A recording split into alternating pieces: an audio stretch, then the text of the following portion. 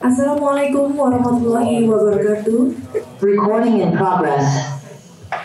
Very good morning. Welcome to AC Hotel Kuala Lumpur, Malaysia for the opening ceremony of the FILKOM Conference 2024, which is consisted of the 9th International Conference on Sustainable Information Engineering and Technology and Seminar Nasional Teknologi dan Rekayasa Informasi 2024. We would like to convey our very warm welcome to the Dean of Faculty of Computer Science Universitas Brawijaya, Professor Wayan Firdaus Mahmudi, who is also accompanied by Vice Dean, the 9th SIET 2024 Conference Chair, Dr. Rizal Setia Perdana, our excellent keynote speakers, Associate Professor Dr. Tutut Herawan from University of Malaya, Malaysia, Dr. Alham Fikri Aji from Mohammed bin Zayed University of Artificial Intelligence, United Arab Emirates, Professor Costa Besnoso from University of British Columbia, Canada, distinguished participants, ladies and gentlemen, both who are present here in Kuala Lumpur and online.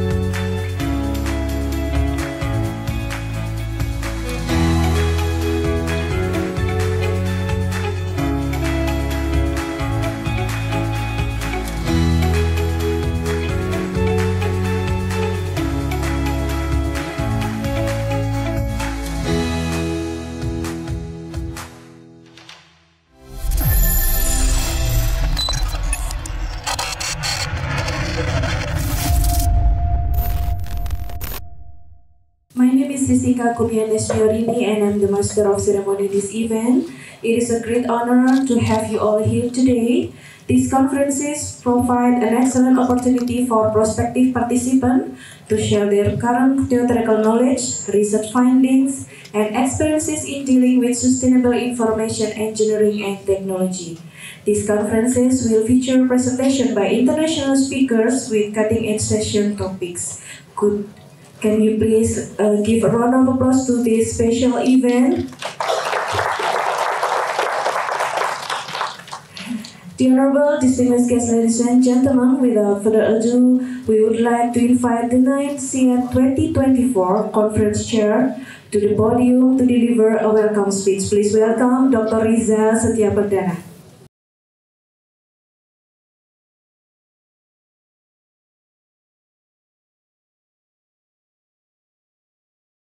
Assalamualaikum warahmatullahi wabarakatuh. Good morning, everyone. We'd like to extend our warmest welcome to all participants of 2024 International Conference on Sustainable Information Engineering and Technology. This year conference themes collaborative innovation on smart system driving the future of technology. This pivotal role smart technologies addressing global challenges and enabling the sustainable growth. Our keynote speaker, Associate Professor Dr. Tutut Herawan from University of Malaya, Malaysia, Dr. Alham Fikri Aji from Mohammed bin Zayed University of Artificial Intelligence, United Arab Emirates, and Professor Konstantin Besnosov from University of British Columbia, Canada. We will offer invaluable insight into this evolving field. We are confident that their contribution will inspire our community to push the boundaries of innovation and technology development. In this year's edition, we received 93 paper submissions from across the globe. Following a rigorous double-blind review process, we are proud to announce the acceptance of 79 high-quality papers. We extend our deepest gratitude to the organizing committee and our dedicated reviewers for their hard work in ensuring the quality and success of this conference. Finally, we would like to thank all the authors and participants for their valuable contribution, and we would like forward to the fruitful exchange of knowledge and ideas. We hope this conference will provide a platform for lasting collaboration and spark innovation that will continue driving the future technology. Thank you again, and wassalamualaikum warahmatullahi wabarakatuh.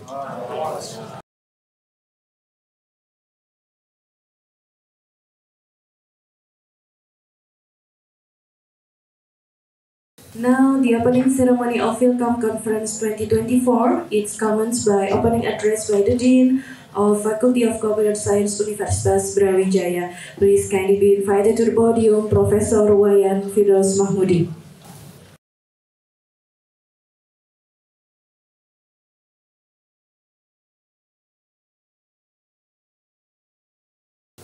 Good morning, selamat pagi.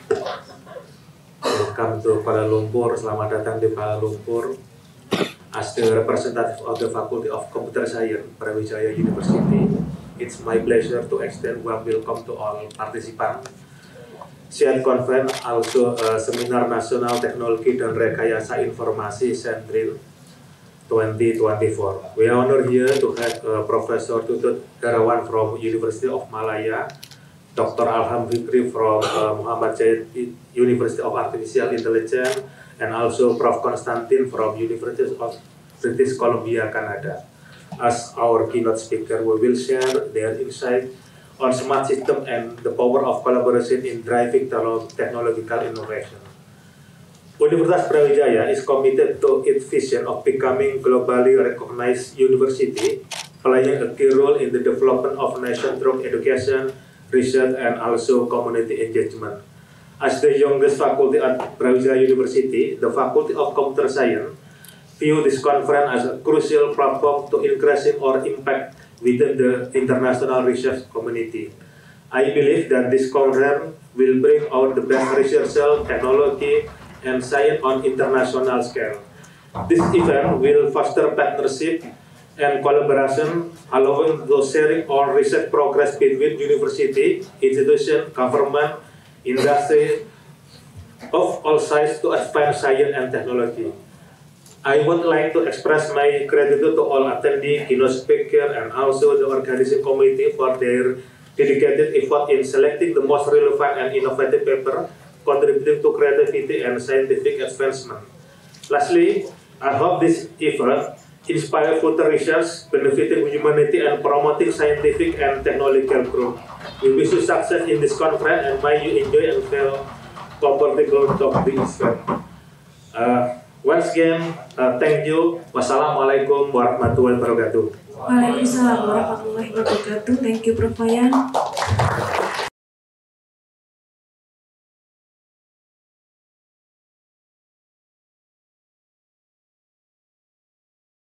Okay, the honorable distinguished participants, ladies and gentlemen, both who are here and also joining virtually in this conference, we are excited to begin today's event with the lineup of the distinguished keynote speakers and insightful discussion. We will hear about the latest updates of information engineering and technology from 3 speakers from 3 different countries. And afterward, their section will include a Q&A session on each topic. And it is an honor to have a first excellent keynote speaker from University of Malaya, Malaysia, Associate Professor Dr. Tutut Herawan. Now I will hand over this session to the moderator, Dr. Edita Rosana Widasari from Universitas Brawijaya. Please welcome and give a round of applause.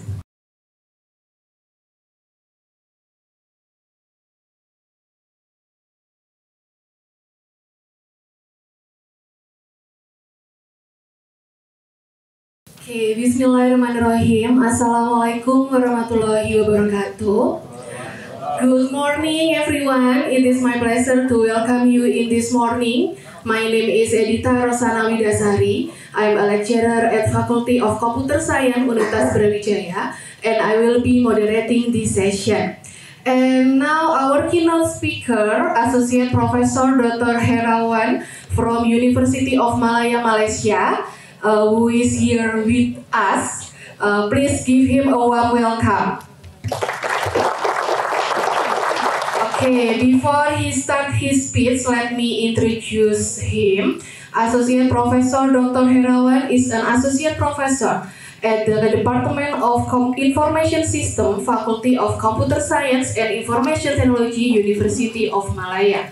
He has been recognized in the top 2% World Scientist ranking by Stanford University and Elsevier since 2019. And with over 18 years of academic experiences, he has an editor of many established journals and has expertise in the data science, big data, soft computing, and information technology for tourism. Moving right along, it is now my pleasure to welcome Professor Tutut Herawan to deliver his speech about a soft computing approach for conflict analysis. This session will be given around 45 minutes, including 4 question and answer session. Well, without further ado, Associate Professor Dr. Tutut Herawan, the place and time is yours.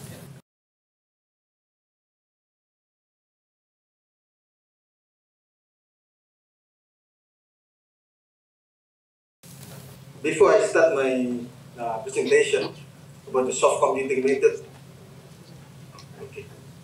soft computing method in the application in conflict analysis, I would like to big congratulate to the Faculty of Computer Science, Brawijaya University, Malang, East Java, Indonesia,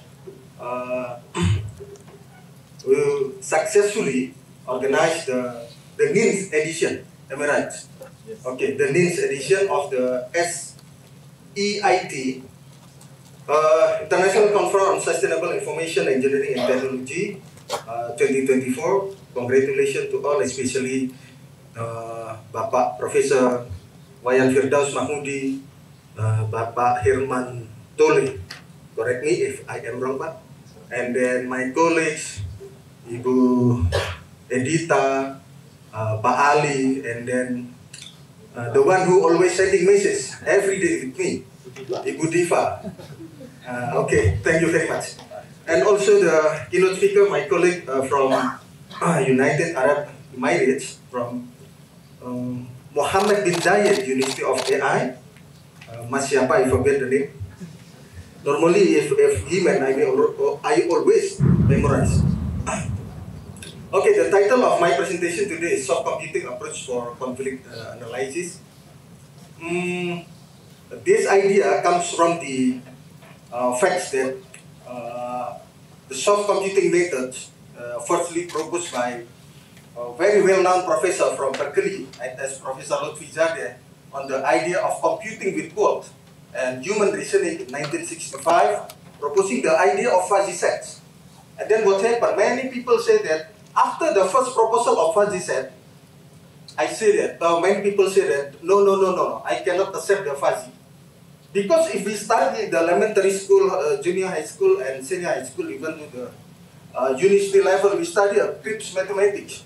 For instance, the set of all people in this room either belong to male or female, no hermaphrodite or no she, he, like this in the Bangkok. Only belong either to male or female. in 1965, they're proposing the idea of the fuzzy sets based on the concept of mapping gradual functions. Instead of the value either true or false, null or one, belong or not belonging, the function is spanning from the continuum interval, starting from 0 to 1. Okay? And then why the application in conflict analysis? Because we see that the potential application of soft computing, especially in social science, in business, in military, in defense, in education, and urban planning, in the recommendation system, and etc.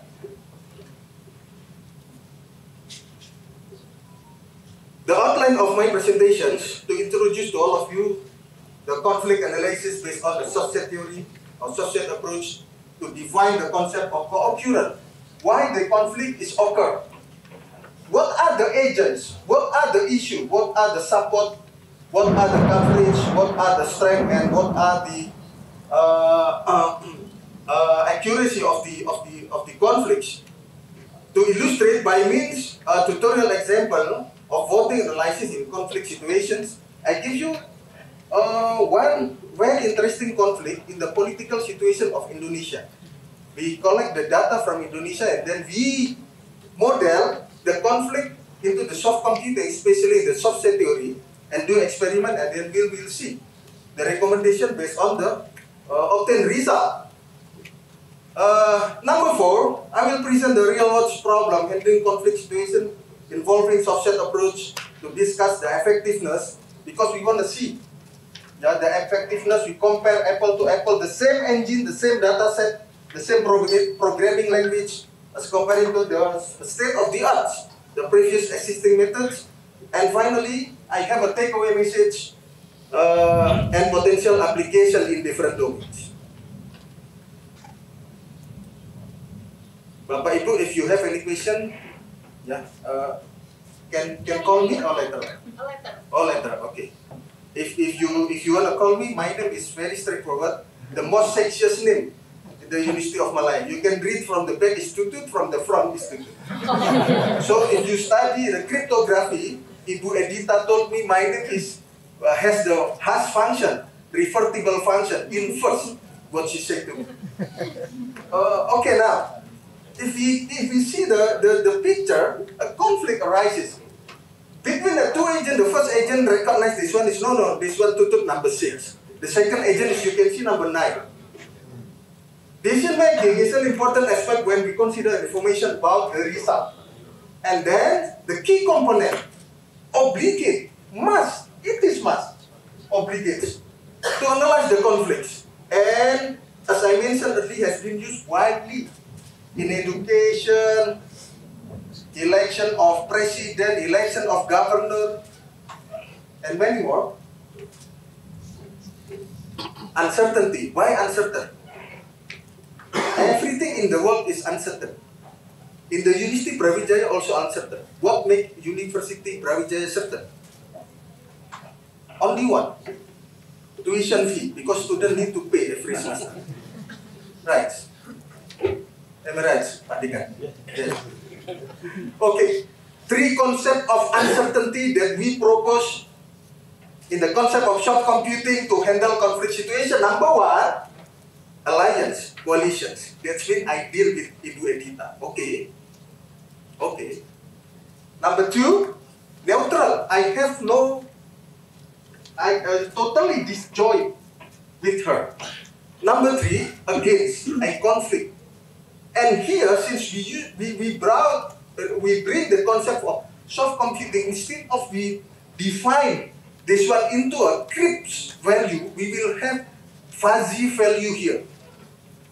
Many approaches exist to handle conflict situation involving uncertainty, including soft computing approach based on set theories. The main question is that how to model the uncertainty into soft computing. Okay. This is only the mukaddimah. I will go through very fast. If you have any question, just call me to. Soft computing is under big umbrella. This one is product of quantum era. It's not product of megalithium. Yeah, product of quantum. 20th century. 1965. What happened? The first fuzzy book proposed 20 years after the first proposal by Brawijaya.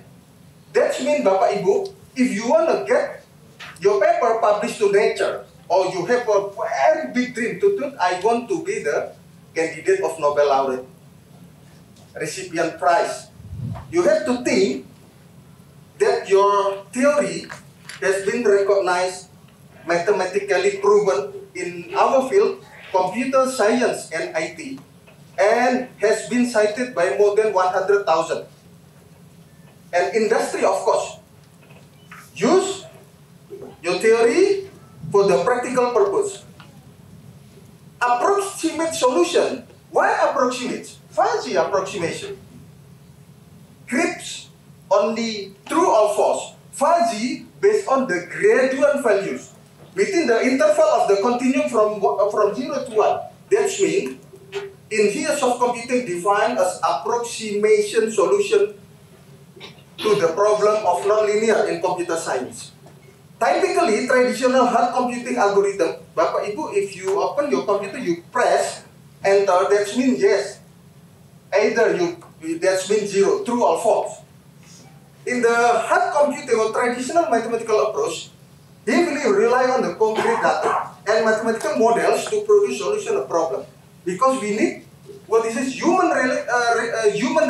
reasoning, relaxations. Soft computing was coined in the late, I mentioned, is product of the quantum era. In mathematics, fuzzy sets are sets whose elements have degrees of memberships. But fuzzy set can be a crypt set if we have only the output either 0 to 1. If we have the output in the continuum from 0 to 1, that means fuzzy membership. Introduced by Brawijaya, passed away about 6 years ago at the age 90-something. 90-something. For us, already retired at 70. Right, as academician in Indonesia. In Malaysia, retired 60, Pak. Yes, I still have another 20 years and back to our beloved country. Yeah. Working in Malaysia. Extension of the classical set theory. If you can see here, okay. The vague statement of imprecise data. Why the motivation of the fuzzy? Because of the vagueness or uncertainty. Zade proposed fuzzy logic, fuzzy sets, fuzzy logic, finally decision. The principle that guides classical logic is the preposition or true or false. Yes or no, benar or salah. Malaysian side say that benar or palsu. Yeah. Yes. The variable can be only either true or false, but never true or false simultaneously, either or. In fuzzy logic, imprecise data and vague statement are accepted as inputs, and a decision is yield. Okay, after the fuzzy, 1965, rough set theory proposed in 1981. The year when my beloved mother delivered me to the world. 1981. You can guess my age now. Okay, rough set theory by Paula. Bapak Ibu, as I mentioned earlier, after how many years? Can I stand here? After 20 years, the first book on fuzzy set and fuzzy theory proposed by Sugeno. From where? Malang? Sidoarjo, no. Japan. Tulungagung, no. Sugeno, after 20 years, the first proposal from many mathematicians, computer scientists, fundamentalists told them, Jade is crazy man. How can he define a set like that? We have to back to traditional. Why to do? We can only define an element of a set either true or false. Why? 20 years after that, the first book. And then now, Bapak Ibu, if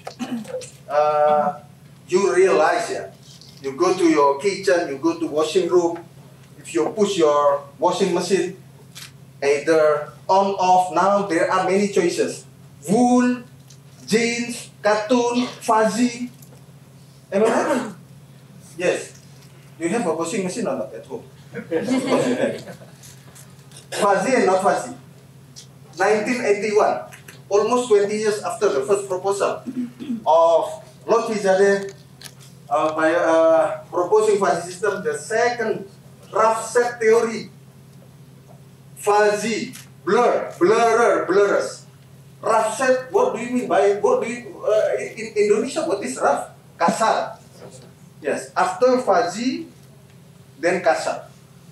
1981. More than 15,000 until now, the first paper. Paula already passed away. He is a Jewish from Poland. Yeah, everything is made in Jewish. Which was only sop Pak Min, made in Klaten. You know that. Sorry. This one. Instead of defining the concept of the membership, Pavlak got the pumped money from the government of Poland to do a long-term research project on defining a basic concept set theory in soft computing. Starting by 1970, 1981, the first proposal on rough set theory, after 10 years. So, Bapak Ibu, if you expect long period research, within 2 years you come out with very good theory, you claim that this is novelty to. I have done very depth literature review and I never found the similar work published in any existing database.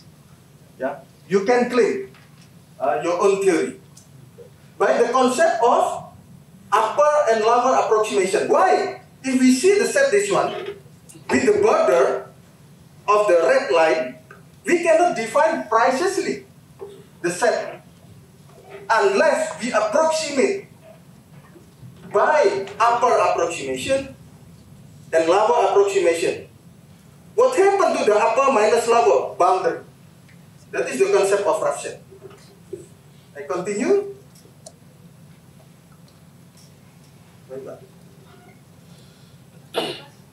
Hello, Mas. Next slide. Yes. Okay. Because the weather is very cold. Problem of technology again. Bapak Ibu, if you study simple concept of database, I read this one. I have an information system, a simple information system containing 8 students with 3 corresponding attributes and 1 decision. The first attribute mathematics, second physics, the third is literature, and then overall class is decision. What happened to the student number 3 and number 4? Same, the value, the feature, 100% same with respect to mathematics, physics, and literature. Medium. What happened? The first decision medium, the second good. If I ask Bapak Ibu to handle such kind of data, what will you do? To simple, I can do normalization the data. That is traditional. Rough set theory can be used to handle the data. This is a learning from example, very small data.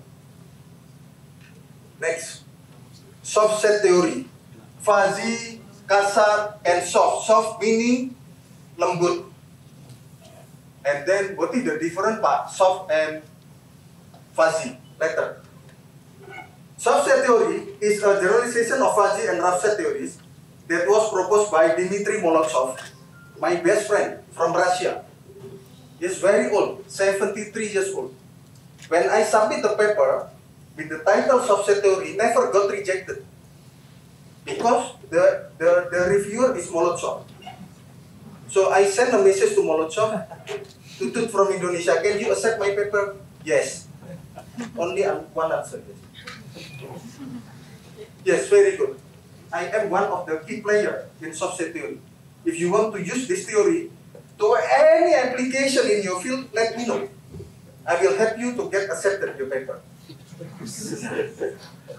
Because my paper got very popular 2 times, highly cited in the Science Direct Elsevier. Yeah, this one. By Molotov. It's still active and still contacted with me. 1999. Rough set theory. This one. Soft set theory. 1999. Till today, how many works already cite this one more than 10,000 is considered small for the new theory. A subset is a parametric set, a family of set intuitively. This is a soft because the boundary on the set depends on the parameters. You can see Bapak Ibu, the previous one, the data, the data is multiple value data. This one. We have a 3 category, good, medium, and bad. This one also, good, medium, and bad, also the decision. And for the subset theory, inside the table only 2, 0 on 1. We call it as Boolean value information system. This data describe the attractiveness of a man from Malang to buy one houses from many agents. There are 10 houses. Let's say the man name is Dr. Muhammad Ali. Hello, Pak Ali? Okay. Pak Ali plans to buy one house. Pak Ali contact me. Dude, I want to buy one house. The data given by 2 agents described as you can see in the screen. What do you think, Bapak Ibu? Which house you want to buy? I want to buy house number 1 because beautiful, because wooden. I love wooden. In the green surrounding, the area is very green, but expensive. I don't want to buy. Yes, in good repair. Okay lah, minor repairing. H2, H3, and then H10. If I ask Pak Ali which house I want to buy, the last house, beautiful, but expensive. I don't want to buy. So subset theory can be used to represent this one, and then to handle more in decision-making process. What happened? Because the original data is 0 to 1, 0, 1, 0, 1, 0, 1, the inside the table. If we have the data, interval value data, categorical or binary or numerical, can we represent the data into subset? My answer yes. In 2009, I proposed the concept of multi-subsets as the generalization of traditional subset to handle any type of data, including data with missing value. If you study computer security or data security, some of the feature might be you put here with a symbol asterisk. That means unknown or predefined unknown. And how to predict? All we done already. What is the relation actually? Fuzzy, rough, and soft sets.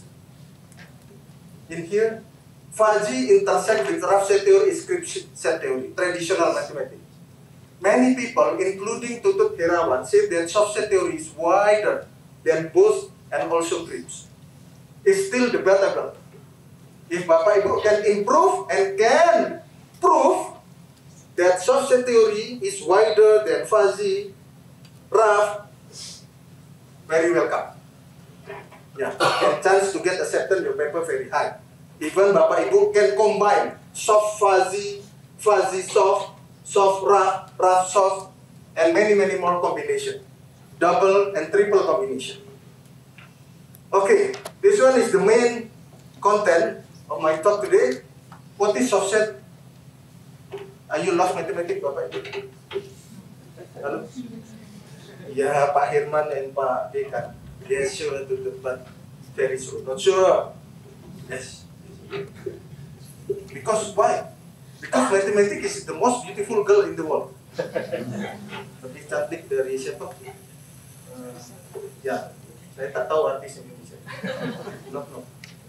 So a pair, F and A, is called a subset of a U, where F is a mapping full function. Why full function? Because to make sure the data is complete. What happens to it if the data is with missing value?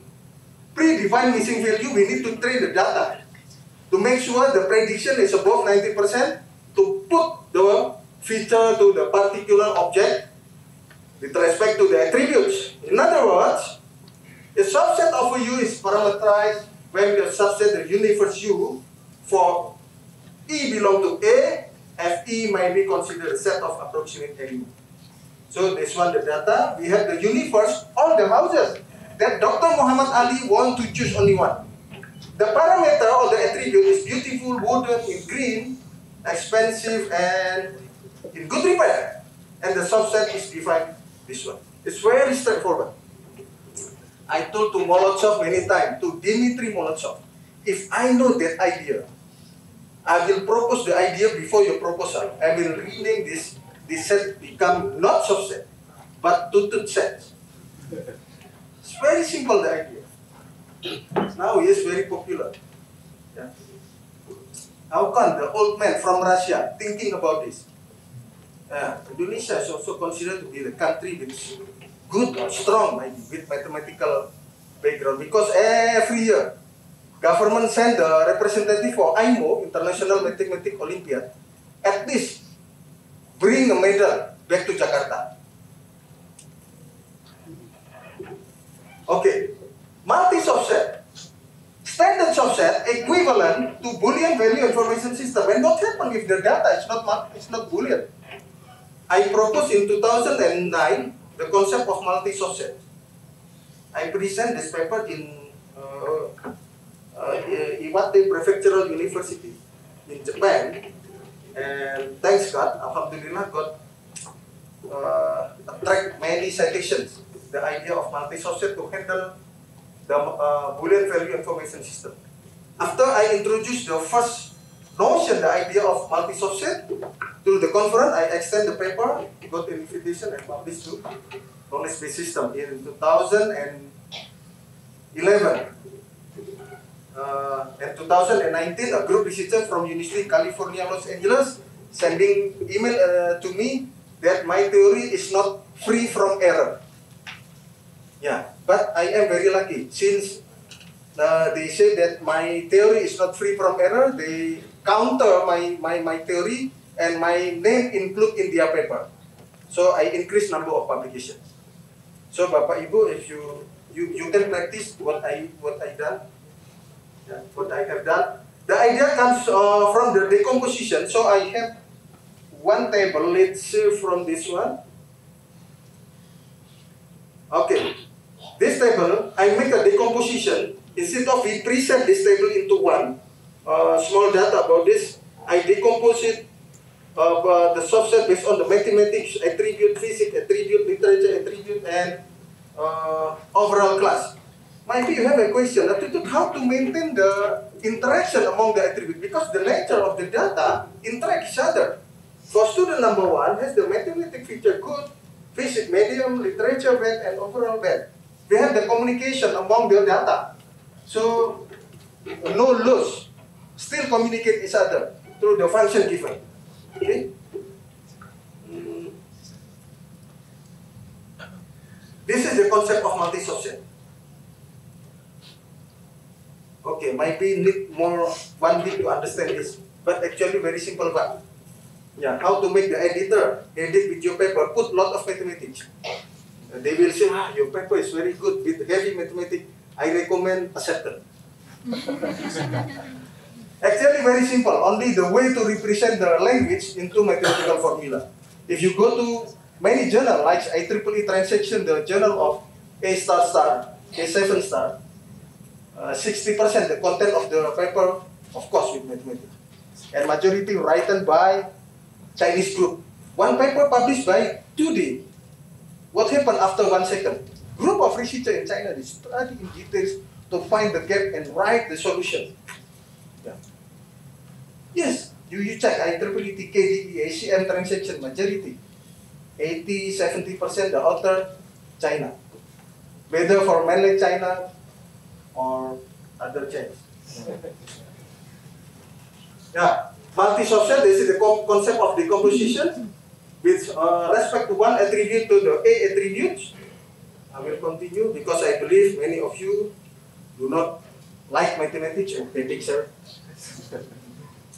Now, how to define an agent, issue, deal, alliance, neutrality, or conflicts in the soft computing? Given information system, U is universe, A attributes.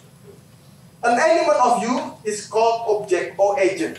How many agents can be within a conflict unlimited agent? Number 2, the set of A is called issues. Of course, conflict because of any issues. Every attribute A belongs to A capital is a total function, no missing value. In each mapping must have unique value called the domain of A. And then, since the value of A is belong 1, 0 to negative 1, 1 means alien. Yes. Null means neutrality. Okay. Sorry. Null means neutrality and negative 1 means conflict. Only 3 value. What do you think, Bapak Ibu? Any other value in conflict? Other than that, deal means okay. Neutral, disjoint, negative 1 means conflict. Okay. To describe, to depict the concept of conflicts, I have 5 agents here. Agent number 1, agent number 2, number 3. Sorry, can I turn off my microphone? Yeah, okay, Pak. Yes, relax, sir. Your voice will not come into Zoom. Oh, why? Because we use that link to refer to it. Pardon? Forward to Zoom. Your voice will come into Zoom by that link. Using this microphone? Yes. I on just now. Okay. How many join virtually? 26, good. Yeah. Good number. 5 agents. Thank you. You want agent 1, agent 2 to agent 5. See, the value here is positive, means once agent 1, agent 3, and agent 4 and agent 5 align each other. Meanwhile, for agent 2, conflicting. None of the member of agents neutral. And how to depict the concept of neutrality? This one, the straight line means a line, the dashed line means conflict. Out of the dashed line and the straight line, the F here, the agent is neutral. Okay?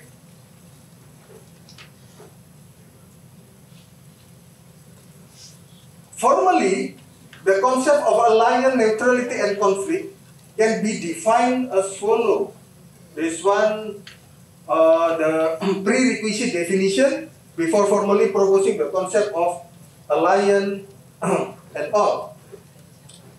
From the subset represented by Boolean value information system, the notion of occurrence of parameter in subset is given as follows. This one. So, co-occurrence must occur, the agent. Number 2, the support. Why the agent needs a support? To know the strength of each agent, either the agent go for alliance, neutral, or conflicts. Strengths, the total, the cardinality. This one, support of X, the cardinality of rules, A1 to A2. Certainty, if the certainty equals to 1, we can say that the conflict, either the alliance 100% or totally neutral or totally conflict.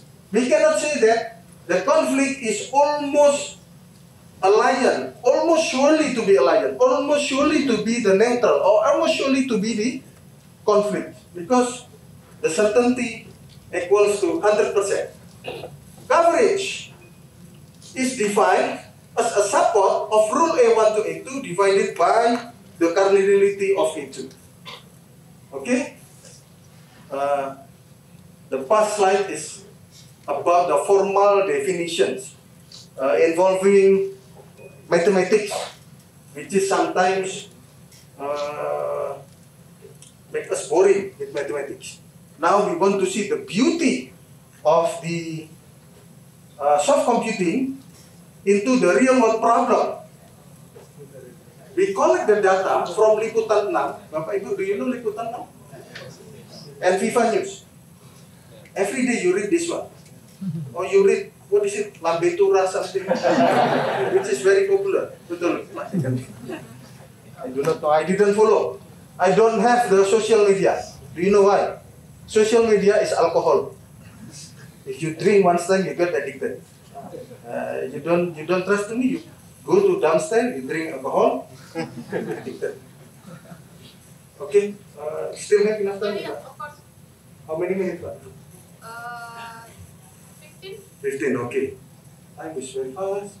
Real world application conflict situation determining government election model in Indonesia is very popular at that time. The data was taken in around August 2015. It's quite old, almost 1 decade past.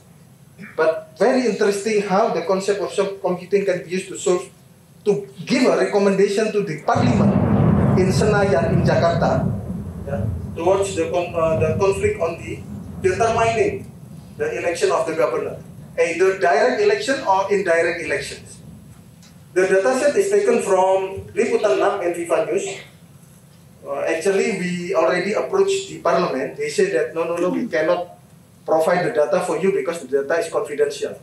So we approached Liputan 6 and Viva News, and finally we grab the data and then we do simulations. There are 560 members from 9 parties. Unlike before during the new order or order baru, only 2 or 3 parties. After that, many parties. In the Indonesian Parliament, you can see. Pak Ali, you belong to which party? That is politics. I just put the logo. No, without logo, sorry. Democrat, the color is blue, right? Golkar is yellow, never change to green or red. PD, IP, PKS, PAN, PPP, and PKB. And the last one, do you know? Current president? The coming president, not current. Yes. Bapak Prabowo, Gerindra. The total number of the parliament in the Senayan, Jakarta, 560. So what happened, the situation, as you can see, Bapak Ibu, Parti Demokrat at that time very dominant because the president is Pak Bambang, Pak Yudhoyono. Total member in the parliament, 148, attendant 129, absent 19. Voters from all attendant, 6, walk out 123. Very dominant at that time. Yeah, comparing to Golkar, and then the rest, the last one is Parti Gerakan Indonesia Raya. Okay. How to bring this situation into conflict? For your information, the article already published, this one. The article containing this research for the first application published in PLOS ONE journal, Public Library of Science, which is Q1 in the Scopus and ISIWS. Only 2 months the review. The editor from China, my friend. Yeah, normally before starting review, they contact me. Tutut, what should I do to your paper? Why you need to ask me? Of course, accept. Yes, I know, the editor. Okay, and how to model this situation into the subset theory? Okay, 160. This is the universe. Okay, the function. The Democrats, member of parliament number 1 to member of parliament number 142 equals to 0 because neutral. Walk out. 143 Democrat to 148 negative 1. Conflict. And then the last one, Gerindra and Hanura, as you can see here. Okay. The conflict situation with agents, member of party, and the voting function. Voting is given in this table. So in total, 560. This one, 560.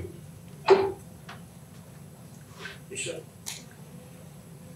with their respective value, as I mentioned before, Democrat to 142 will be neutral. 142, starting 143 to 148. Will be a conflict, and so forth. After having the table like this, we transform the situation of conflicts, this one, into the table. We have the composition of the original table into multi-subset. So we will have in total 10 tables. 1, 2, 3, 4, 5. I only present 4 tables because it's very straightforward. The multi-subsets representing all the parties, and then the support. Okay, we have 9 parties. The Party Democrat 14 for neutral, 142. Remaining to be conflicts 6, because in total 142 plus 6 comes to 148, and then the rest Party Hanura only 17 members in the parliament, divided into 2. The first one neutral, 7 members of parliament, the rest 10 members conflicts. Based on the definition of strength, certainty, and coverage, we implement this one on the programming language of MATLAB. We run in the personal computer, as you can see in my share screen here.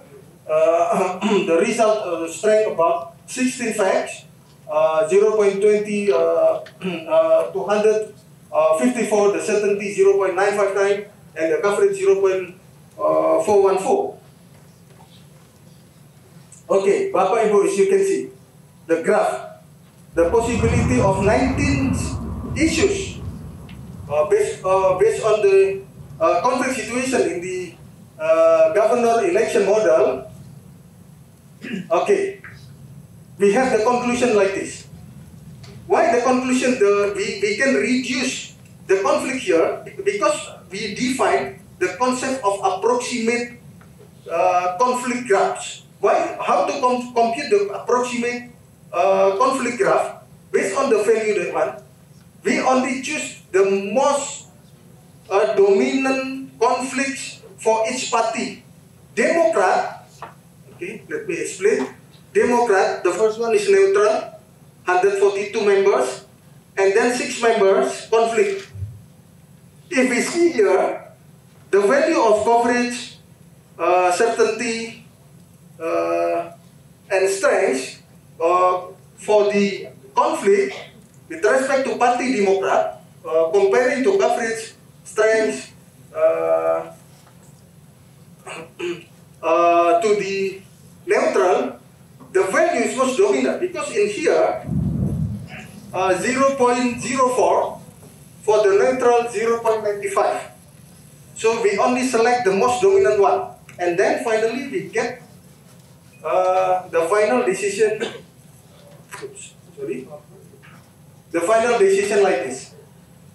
So Bapak Ibu, as you can see here, Party Democrats, the final decision is to be neutral. Okay? And then the Party Golkar, Hanura, and Gerindra tends to be alliance. PKS, PAN, and PPP to be the conflict each other. Okay? Now, talking about the computational performance, because we are in the computer science field, we compare also the obtained result in terms of computational response and comparing apple to apple from the same data, the same programming language, the same engine also. Even though if you see, you improve only small in computing the support, the coverage, and then computing the strength, you improve only if you see the bar chart of the proposed approach is the brown color, the red color, the state of the art, I test the rough set is the blue color. Improvement is only small, might be only 4%, but still we can improve. Still we can improve, even though it's not significant. When we submit this paper to the +1 journal, we wrote the cover letter mentioning that we improve only 4%, but still we contribute to the domain of knowledge. The handling editor, Yu Dongjiang from China, told me no problem to do because you already shown to us you improve a little bit comparing to the state of the art. I am happy with your paper that finally we get accepted. Application number 2. Bapak Ibu, do you have a Netflix at home? No? Yes or no? No. Confusing, fuzzy. Yes. They say yes, no. Okay. Yes means no. No means, oh, yes means yes. No means yes. So everything yes. Oh, okay. Recently we applied this one because we have many applications. And then, inshallah, coming 2 papers, my paper on subset theory on conflict analysis will appear to top journal in the IEEE journal with the affiliation Brawijaya University. Okay. With the affiliation Brawijaya University, I wrote the paper, and then the co-author is Ibu Diva, currently under review. I'm not sure who handled the paper. If I know, I will email him and ask the current status of the submission, conflict situation of movie-lens datasets. We have many movies, and we want to give recommendation to youngster which movie actually strongly recommended to you. You see the subset theory. You can see here, Toy Story, Golden Eye. What is the current movie? Spider-Man, no? No. Yes, yes. I seldom watching movie, unless my wife forced me to go to,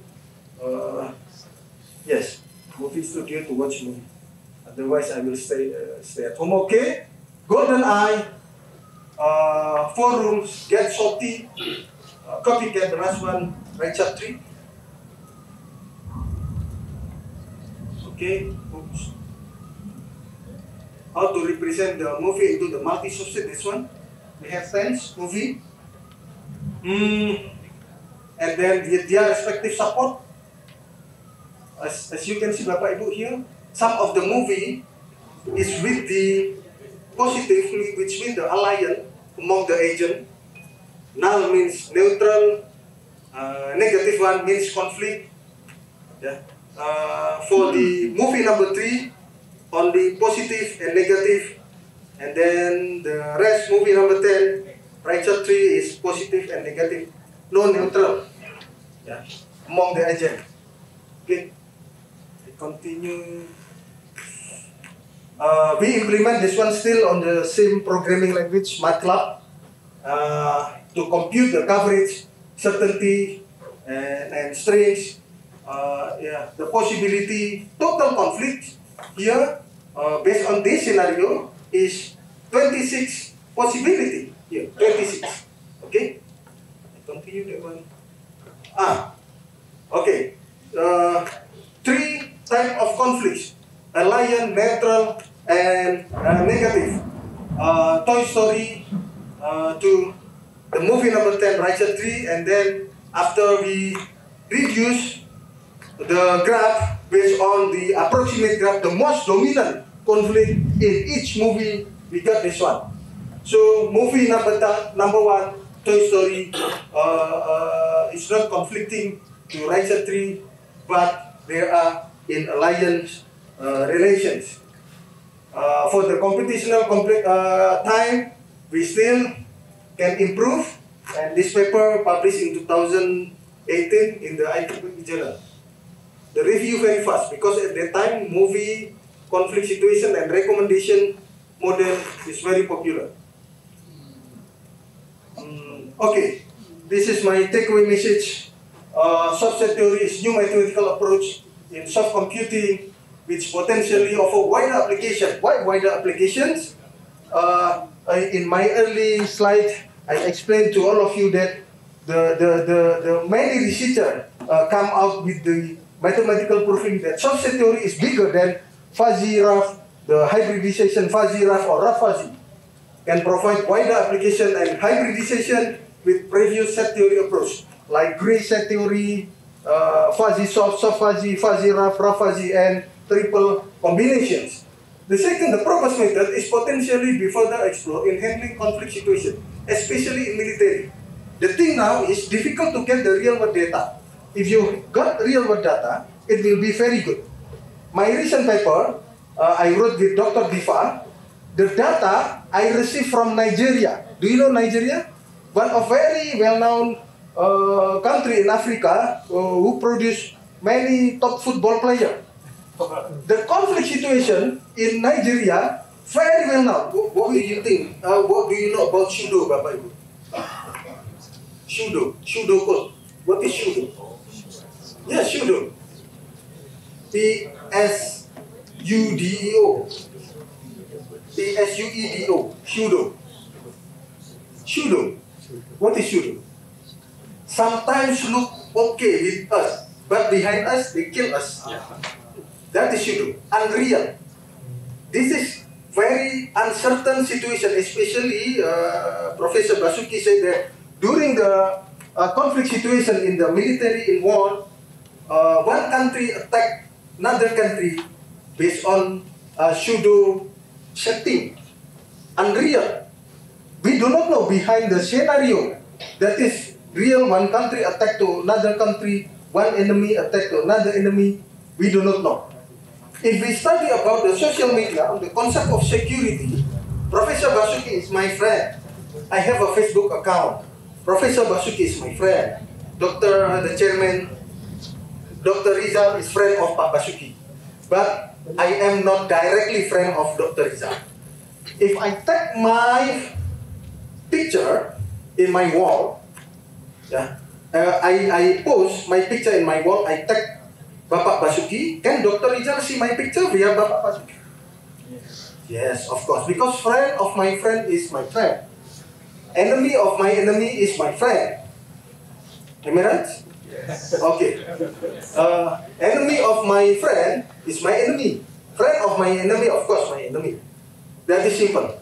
Regarding the pseudo, until now, Professor Basuki, I read the literature about the pseudo, how to handle uncertainty, pseudo situation in the conflict analysis involving soft computing, including the artificial neural network. Bapak Ibu, anyone study ANN?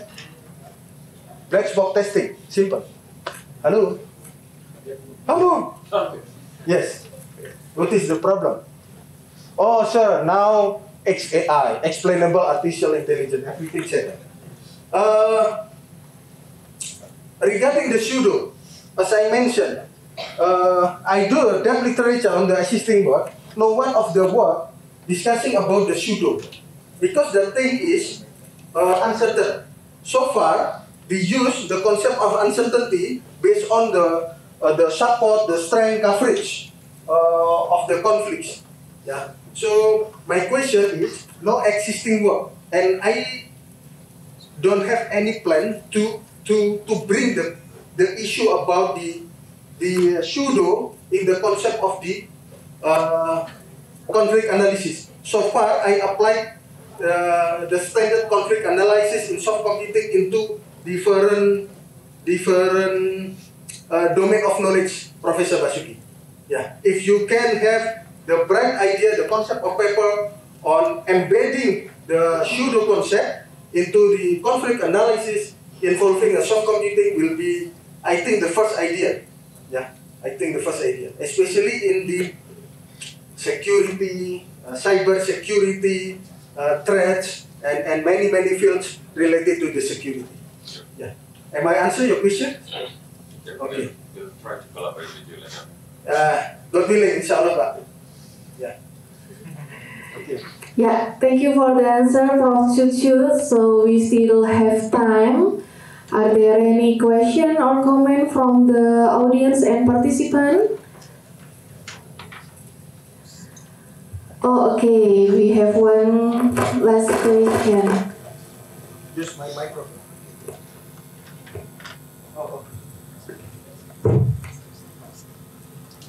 Yeah, thank you, Professor, for the D2X. My name is Nadif Burhim.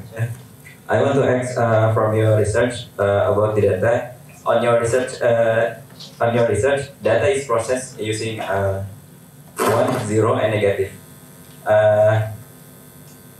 What if the data I collected is scaled from 1 to 5? Example, I want to collect data from student. I'm using the survey data that I'm using the Likert scale. Okay, very tough question. Likert scale. Agree, strong agree, neutral, disagree, strongly disagree. Yes. But I agree to your question, Pak. my answer. If I have the data, collected data from student via questionnaire, you distribute to the audience and then you get the response, you collect the data. If the data is not in the form of Boolean information system, you can transfer the data into the concept of multi-source. But transforming the original data into different form of data. How to maintain the originality of the data in terms of communication, because data is communicate each other. And how to maintain? Still you can maintain because we have the function there. Number one. Number two, regarding the time, because I want a businessman, entrepreneur want to make decision very fast and robust. Very fast, accurate, robust. Now, I want to represent the data, multiple value, like a scale, categorical, interval, which is not a Boolean, into the Boolean. Also time consuming. My answer is yes, time consuming, because we have the concept of transformation from multiple value or categorical value into the multi-data, multi-Boolean data. Of course, we need to have one more computation in transforming the data. Still can. Any data can, as long the data, as I mentioned during the presentation, must be complete. Let's say, Bapak Firman says you do a survey. You distribute to all your students. One of your students answer, one of the students might be 1, 2, or 3 students answer didn't complete with the missing value. And then what happened? So I omit the data because the requirement I must achieve minimum 100 students. You distribute 200. You get only the response 105. 10 students not complete. What happened? If you omit the data, now you have only 95 data, which is not meet the minimum requirement 100 data. And how to fill the data to make the minimum requirement achieved? You can predict the missing value. Many methods, Pak Firmansyah, to predict the missing value. Which one the most appropriate? Depends. If your data is Boolean, your data is interval, your data is categorical, you can predict. Number one. Number two, you can make data fragmentations. You split the data into many blocks. Also, you add time consuming. Of course, if you split into many bricks data, blocks data, you split into many data. The best way is to predict the missing value. Many methods exist to predict the missing values. So back to your question, can the data with multi-value attribute can be represented in, can be transformed into the concept of multi-source, and then we will get, we can apply such proposed approach to handle the conflict situation. Okay, any data, Pak, especially in education. Recently, I received a data about the conflict of education in India, in Kashmir, Pak. Do you know Kashmir? One of the places in India is always associated with the conflict. Yeah, I received the real data. My PhD student from Kashmir, he is now working in the University of New Brunswick in Canada. Supply me your data. Tutut, I have the data. What do you think? It's very good. Let me ask my student to analyze the data first, whether it can be done using the soft computing method or not. Real data, not the 0-1, but categorical data. Strong agree, neutral, disagree, and strongly disagree. Am I answering your question? Sorry. Thank you for any other question? That's okay. Okay, thank you. Okay, thank you so much, Professor Jujut. Well, it looks like we have covered our question. Thank you once again, Professor Jujut, for your valuable insight, and also thank you for all for your attention and active participation. And I now return the agenda to the master ceremony. Thank you very much. Let's give a round of applause to Professor Tut and Dr. Edita. Before we end up, please kindly invited to the podium Professor Wayan to present a token of appreciation to Prof. Tutut.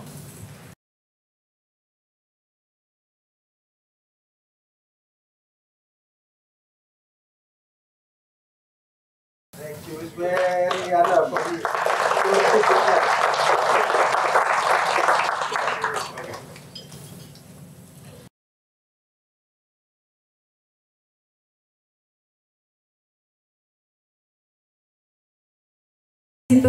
Now we move to our second keynote speaker.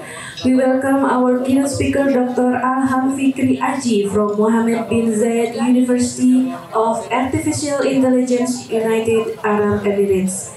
Dr. Tirana Nurfatianusa from Universitas Brawijaya will moderate this session. Please welcome and give a round of applause.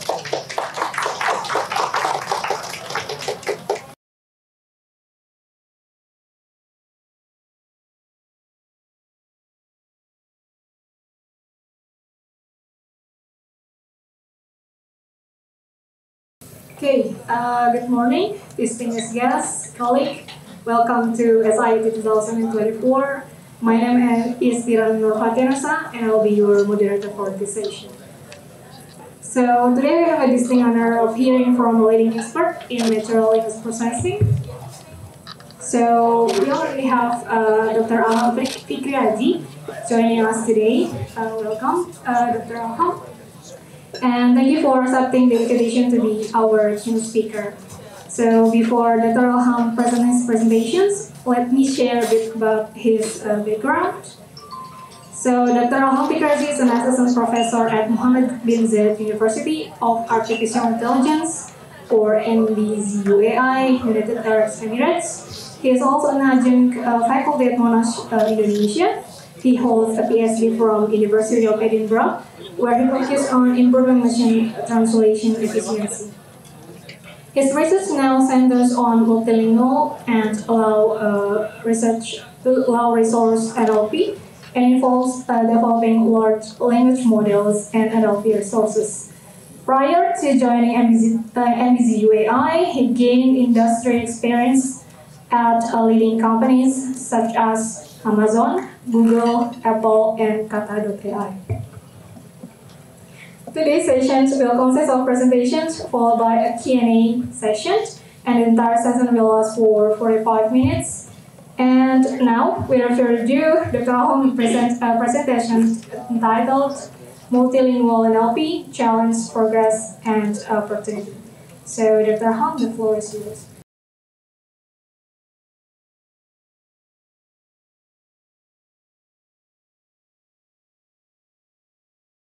Right, so yeah, as introduced, basically, I'm currently an assistant professor at NBZUAI. This is a new university in Middle East, focused on AI and focused on research. So there is no undergrad program here. This is purely master and doctoral program. Aside from that, I'm also adjunct at Monash University, but I also actually am a part-time business scientist at Google. So I have 3 jobs, economy stuff. So yeah, next. So I have that right. I should be able to use this. Or not. Again, okay, cool. So right, so I think everybody here, especially those who are involved in computer science and especially AI, knows about ChatGPT.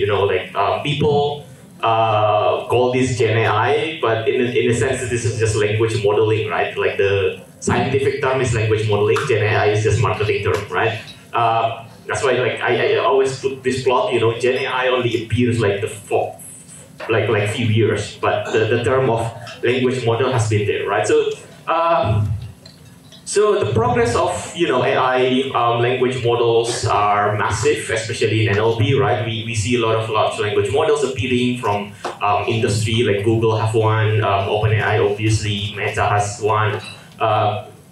University also have those language models. They have research on building new language models. The progress is very great, right? This approach wasn't really there 5 years ago, but now we have essentially what we call generative AI that you can ask anything and then it will reply, right? It's very fancy technology. It's nice. However, though, usually when we talk about progress in NLP, if you look at research and paper in NLP, they usually only focus on English NLP, right? So we can say that, this let's say OpenAI or GPT now can solve mathematics Internasional Olympiad problem. Well, yeah, but that's not in English. Or this can pass medical exam bar. But before we go that, some statistic is that like there are 7,000 languages across the globe, right? And majority of the languages are actually here in Asia. So Indonesia itself, we have 700 languages plus, and it's actually big, right? So when I go to the conference and people didn't realize Indonesia is that big, right? People think that Indonesia is just like one tiny island, right? Before I mentioned, well, we have like almost 300 million population, you know, this is really, yeah. It's big, right? But it's very hidden, I guess. So in Southeast Asia itself, right, we have 1,000 plus languages. It's not just about the diversity of the language, but it's also like diversity script, and I'll talk later on what other diversity that makes this research in this language is interesting. And I'm down zooming in again, like, so in Indonesia itself, again, I mentioned again, we have 700 plus languages, right? So in terms of population, we have like almost 300 million population. So it's basically a big country with a diverse culture and like, you know, a lot of languages, right? And I like to open usually my talk with this one, right? So we know Japanese, like because we are Indonesian, we know Japanese, right? But most of people, like in international audience, has no idea what is Japanese. But then I show you this map. So this purple thing are the country with less number of population than Java, right? And Java is not even a country, right? It's just like a part of Indonesia, right? So people didn't realize how big like Japanese language by itself, right? But sadly though, when we're talking about NLP technology, right? So okay, NLP for English, we have everything. We have chatbots, we have translation system, text to speech, speech to text, image generation, Grammarly, closed caption.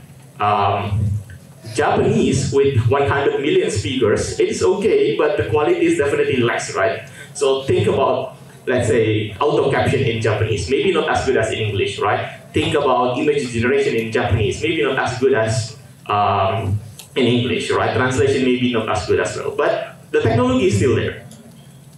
But when we have Japanese NLP technology with basically comparable number of speakers in Japanese, right? What technology we have? Perhaps Google Translate.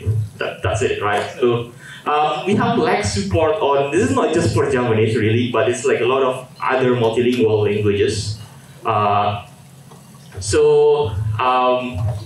There is a research basically noting that, so if you look at the top venues for NLP, so who are familiar with what are the top venues for NLP? ACL, right? Has anyone heard about ACL? Yeah, so basically, if you're working on NLP, you really want to submit to ACL, right? This is number one. So this is not Q1, this is the number one, right? ACL, number two is EMNLP, number three is Knuckle. This is the top three basically. In fact, if I see that some of your students, right, like if you want to work for Google as a research scientist or for Meta as a research scientist, the minimum requirement you have to have a paper at ACL. So that's the minimum, right? So, you know, I think if you're interested on working on, you know, big tech companies, start thinking, oh, okay, I should have a paper. As your professor, your supervisor, hey, can we submit this to ACL? Anyway, so there are multiple research looking at the paper on ACL, and they measure what language they are interested in. We note that basically, if you see the graph below here, the blue one, it shows that majority of the language that's being studied in ACL is basically European languages, right? Like English, Dutch, Ukrainian, Spanish, Italian. And compared to the number of population, for example, you divide them and the number is even lower, right? So the top table is when they compare with African languages like Hausa and Nigerian Pidgin. The below one is if you compare with Indonesian languages, right? Indonesian, Japanese, Sundanese, and so on and so on. Right? We have 700 languages in Indonesia, but then only like this 9 languages actually being studied in ACL, right? So this is EMNLP 2022. Again, this is the top two. So I took this photo when I visited EMNLP 2022, and you see that the submission is mainly from China and US. We don't really see any representation, right, in you know, majority of the Indonesia and other multicultural, multilanguage countries, right? So this is sad truth, even though like our language is very interesting, right? So some of the challenges on why multilingual NLP is very interesting is, for example, we know that we have a lot of dialect, right? Again, this is not just for Japanese, but many other languages have dialects, right? So Javanese spoken in the Central Java and Javanese spoken actually in Western Napak is completely different, right? And the Eastern Javanese is also, they have slightly different vocabularies. But when you look at above, right, they just classify them as a single language, right? So let's say Google Translate, I support Java. Well, which Java, right? So yeah, basically even the common vocabulary is different so much, right? It's technically still under the same language, but it's very different from one another. So this is dialect. There is also register, right? So basically like kromo, ngoko, and so on. In different languages, for example, Japanese, they also have register, like keigo and some keigo, I think. So basically they use different vocabulary depending on the context, right? Similarly with in Krama and Ngoko, it's like different vocabularies. So again, whenever NLP technology says that we support Javanese or we support language X, the question is like which part of the language you're supporting, right? Is it like this dialect? Is it or like this register? So one implication is that, so we have the paper in ACL 2022. We note that apparently a lot of language technology, when they say that they support Javanese, they only support these two particular combination. So it's either Ngoko of Central Java or Krama of Eastern Java, because I guess Krama is kind of like generally the same, right? So this is like the accuracy. You see that the accuracy on these two languages are kind of okay, 80%, but then when you put Western Java or Eastern Java, the performance drops significantly, right? So this is like language identification technology. One of the reasons is perhaps there's a bias on the training data. I think the training data of Wikipedia mainly is written in these two registers like that, right? So we published this paper on ACL 2022 and we know that there is a problem with this, right? So that's one issue of the multilingual NLP in Indonesia. Another problem is code mixing or code switching, right? So we do it a lot. I think a lot of multicultural, multilingual country will do this a lot. Singapore, for example, Malaysia, I believe they code switch a lot.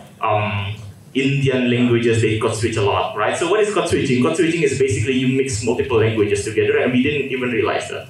So one of simple code switching is like you change one word to another language, right? However, in Indonesia, we do intra-word code switching where you kind of like mixing two languages under the single word, like for example, ngetag, right? Nge is the imbuhan, like the prefix of Betawi, and then you put English word, right? And then you can put on whatever, right?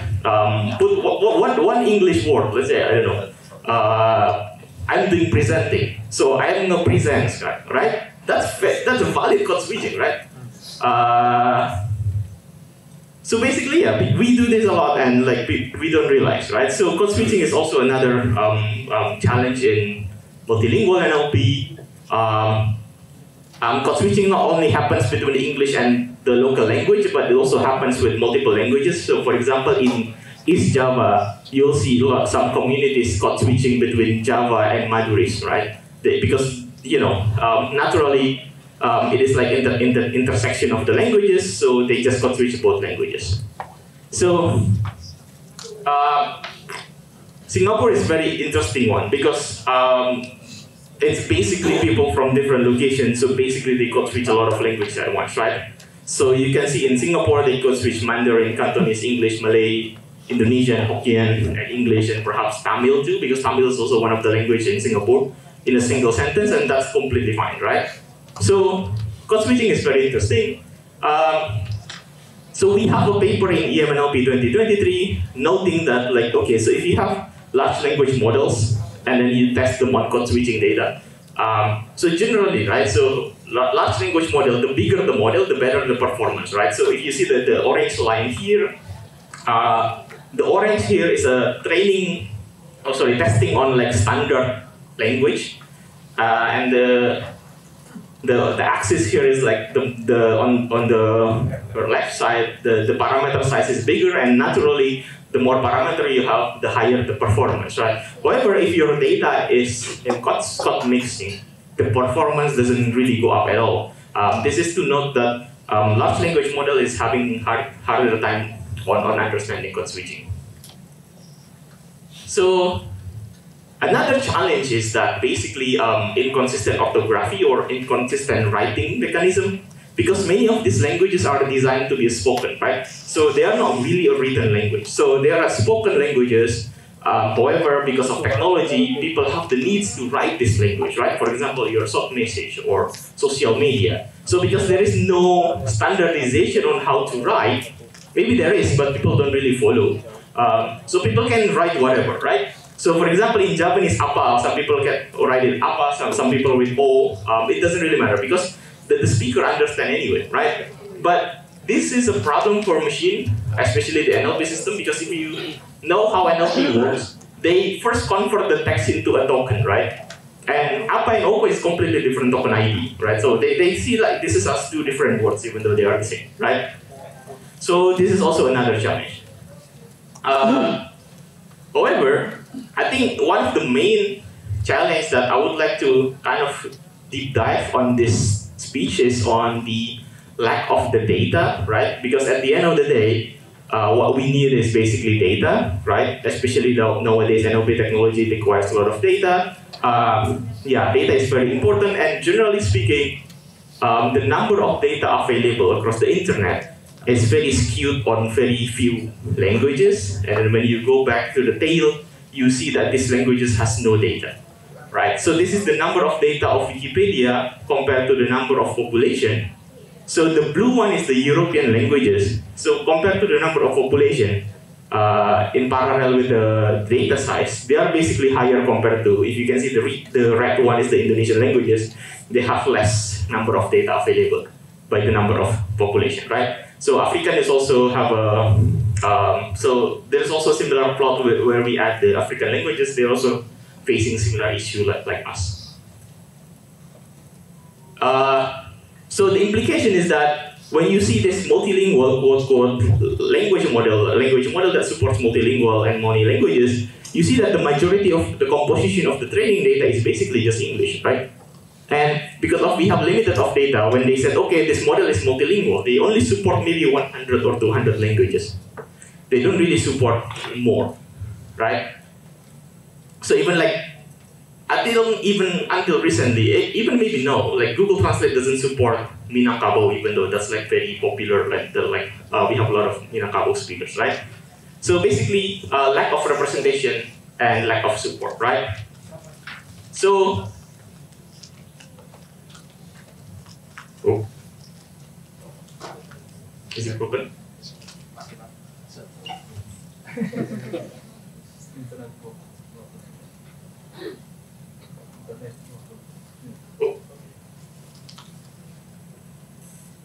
Okay, so one of the implications of lack of the support, because we have less data, naturally the model is not as strong, right? That's why if you have ChatGPT or any large language model, they are very good at English, but then when you start asking in Japanese or Javanese or Sundanese, the performance goes down. So there's a paper by Yong, this is a very good paper. He found out that like jailbreaking is very easy if you jailbreak on these low resource languages, right? So jailbreaking in LLM is basically you want to ask LLM to do something that is quote-unquote illegal, right? Like how to steal or how to hijack a car, something like that. If you ask illegal question to LLM, they will respond, sorry, I cannot do that. But then if you ask in low resource language, they will actually reply. And as simple as translating your question, it increases. Now the bypass chance is almost 80%. Right, so this is a very, very interesting, quote-unquote, interesting application of the low resource language. So now, one of the general issue of data is, okay, we don't have data, how do we handle non-data, right? So the common technique in NLP is, okay, let's do zero-shot generalization. What is zero-shot generalization? You just train on English, and for some reason LLM works on the other language because they have small amount of data on that language. So that's what happens, right? So if you look at this this graph, right? So for example, Llama 2, they have only few multilingual data, but yet they can answer in other languages because of zero-shot generalization, right? Other than that, you can just translate your data, right? You have English data, you translate to Japanese or whatever language, and then you can build your system, right? Or you can generate synthetic data. However, there's an issue on over-relying on English data, right? So if you are working on multimodal technology like computer vision, so MS COCO, this is a very, very popular data set on training multilingual, multimodal, multimodal model. And if you look at the data, you see this caption, right? Unusual bathroom. Is it unusual or not? Well, that's kind of biased. If you're from Japan, this is not unusual. This is usual bathroom. This is like, I mean, this is unusual to people who create the data, but not really, right? Like, this is weird looking vehicle. Well, this is just double-decker bus. Maybe it's weird from US point of view, or maybe Indonesia because we don't have this bus.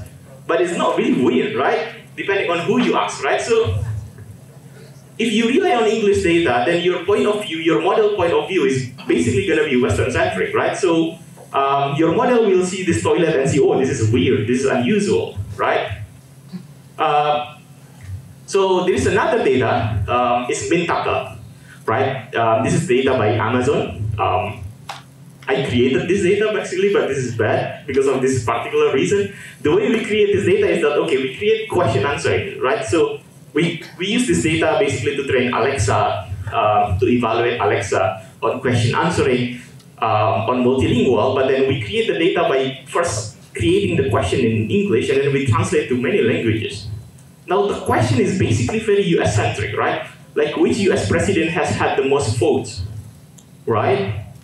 Then they translate to Japanese, and then they train on this model, or maybe they evaluate to this model, and they say, okay, our Japanese performance is 90%. But is this really the question that Japanese people ask? Probably not, right? So you translate this question to Indonesia, and then you claim, based on this data, you got 90%. Well, is it really relevant or not, right? We don't really care, perhaps, about like which US president has the most votes, right? Maybe we care about who is Fafa, maybe they will ask that, right? But not this question, right? So, yeah. So, sadly, it's not just that particular data. A lot of popular data sets are basically just English or translated from English, right? So when you see reports on, okay, our model achieved this amount on multilingual data, well, it's usually on the translated data, which does not really reflect the, the culture or the question that they will ask. So this is one of the real problem of the lack of the data and like overly English-centric of the data. So you ask ChatGPT or GPT-4, give me a picture of everyday neighborhood. They give you this photo, which is very US neighborhood, right? When we talk about house, yeah, this is US house, but we have this Japanese and Indonesian house, which is completely different, like visual than the everyday neighborhood, right? There's also an interesting paper. This paper got an award, I think, last year. So, having a beer after prayer.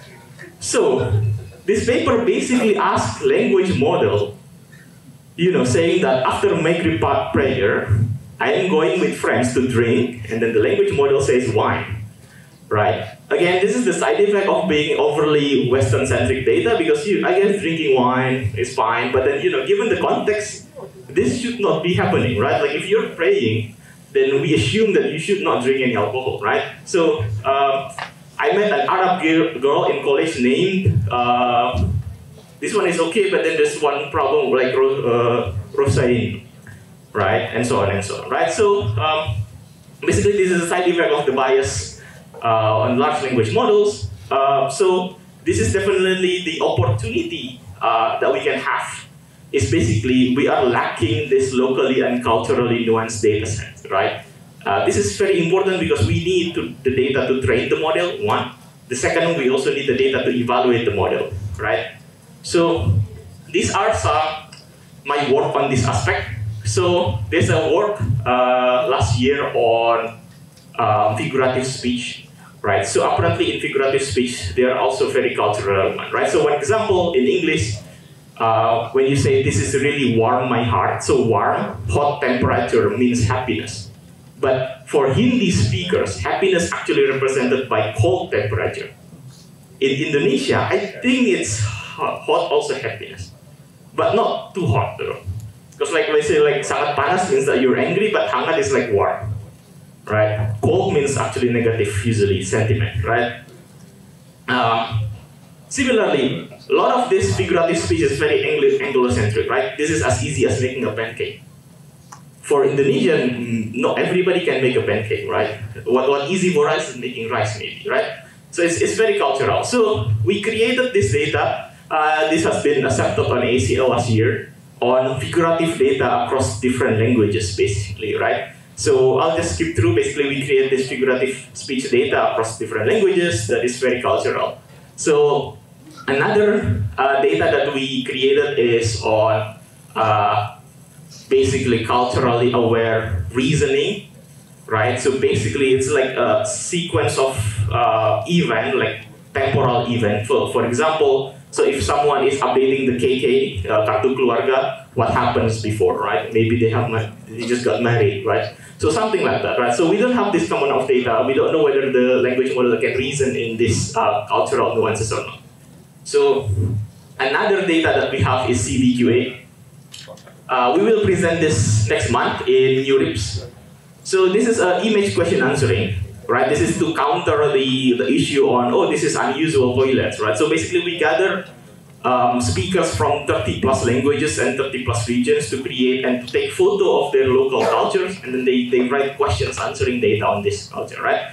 So that it is very cultural, right? So for example, in Indonesia, we have this one and we have like, okay, in which day this photo was taken, right? This is definitely Monday, right? If you understand the culture and the context, right?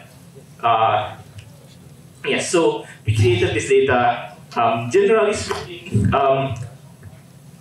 we are seeing a lot of movement on this work. So we have more other people working on this culturally relevant data. This is some of the examples. General finding is that a lot of these models, despite being multilingual, they are not good at this culture, right? So this is the cultural reasoning that we have, the COPAL ID. So we have these two interesting CLLM and Sailor. These two are branded to the Southeast Asian language model. You see that the performance is basically almost 50%, which is near random, right? So this so-called Southeast Asian NLP doesn't really is not really good at like Indonesian reasoning, right? And the question is really simple for Indonesia. The human baseline is almost 100%, right? So the question is in this data is something like, oh, okay, I accidentally pour gulai on my clothes. What is the color next, right? It's like yellow or green, right? So the question is very trivial for us, yet for the model it's like almost 50% because they have no context on this one. Similarly with CBQA, the performance is also near random, even though the question is also like trivial, like the previous question you have like Monday ceremony and the question is like what day is it, or you have president and like the question who's the name of the president, right? Like the person in this photo and it was Jokowi, right? So the question is very trivial, yet the model is having hard time to solve this question, right? So this is like an indication. So moving forward on this one, this is a great opportunity, I guess. So basically we need more coverage because we need to cover more languages, more culture, more tasks, for example, safety, hallucination, and so on, right? Culture is also hard to define. Most of this data usually stops at country level saying that, oh, this is Indonesian culture. But Indonesia itself is big, right? We don't really have a data that is go beyond like, oh, this is just Indonesian, but like, which Indonesian are you talking about, right? Which demography, right? Is it Japanese? Even Japanese, you can break it down more, right? So there's Japanese on Eastern Java may have slightly different understanding of the culture, different knowledge, and so on and so on. So another opportunity on the lack of the data, if you are more into the machine learning part, is the modeling itself. So we have this recent paper on EMNLP 2024. Is basically we built a model that takes an extra loss, so they can do like this alchemy thing So let's say I want to build model, I want to make sure that this model understands Minangkabau, but I don't have the training data, right? So we can build the training data, or this is the technique that we develop where, okay, so Minangkabau, according to this language typology, this is like close to Java 20%. I'm just making some random number. Let's say this language is close to Java 20%, this is close to Spanish 30%, and close to Indonesia 50%. Okay, I'll just take the representation of this model and I have like 30% of this language, 50% of the language, I merge the model, in a sense, the loss. And for some reason, the model can understand Minangkabau, even though the model have never seen the data before. So this is one of the approach. This is also very interesting, this area, because if you don't have the data, the option is to, right? So create the data or build the system that can adapt without a lot of data. So basically the data is the main issue, but I will quickly move through on another problems, some problems on the multilingual NLP. One is the lack of compute. So Bloom, who knows Bloom? So Bloom is one of the large language model supposed to challenge GPT-3 back then. This is one of the biggest multilingual large language model last year. It gains a lot of citation. But in order for you to use Bloom, you need to have basically like a lot of GPU, right? In fact, in order for us to train this model, we need like 400 GPUs of 800, right? 800 is, I think, I don't know if the price is still valid, but you know, back then it's like $15K US, right, each, right? So basically, I think nowadays we notice that if we want to do research on multilingual NLP and NLP and LLM, we need to have a lot of compute, right? So basically, it's very hard for us now to join in, I guess, this battle in multilingual NLP, right? So compute is very big challenge. So another opportunity in this field is that on building efficient model, right? Can we efficiently train the model? So there is there is a concept called like efficient transfer learning with parameter efficient adaptation like LoRa. So can we use this model and can we adapt to new languages without training the whole model, for example? Or basically this also tied to the previous point where, okay, can we also do this with limited amount of data, right? So basically can we transfer this model's knowledge so that it can understand this new language with limited compute, right? In addition, it's also like, can we make an efficient lightweight model to begin with? So we can deploy and we can run this model, right? With general, let's say, Indonesian compute power. So, the last point that I would like to discuss is on the opportunity gap itself, right? So this is again the screenshot of the EMNLP 2022, where the majority of the representation is from China, UK, US. We don't really have a lot of representation from Indonesia, Southeast Asia, maybe except Singapore, African, and so on and so on. With the less involvement on research means that we have less progress, right? So I would like to introduce the concept of data colonization. So what is normal colonization? We've been colonized before, so what did the colonizer do last time? They come to Indonesia, right? And basically they steal resource, right? They do cheap labor, they stuff, and then they go back home, right? That's kind of like colonization. So data colonization is a similar concept where the quote-unquote colonizer come to us, quote-unquote, stole the resource, quote-unquote, on the cheap labor, and then they leave, right? So the practical example is, let's say I'm from company X.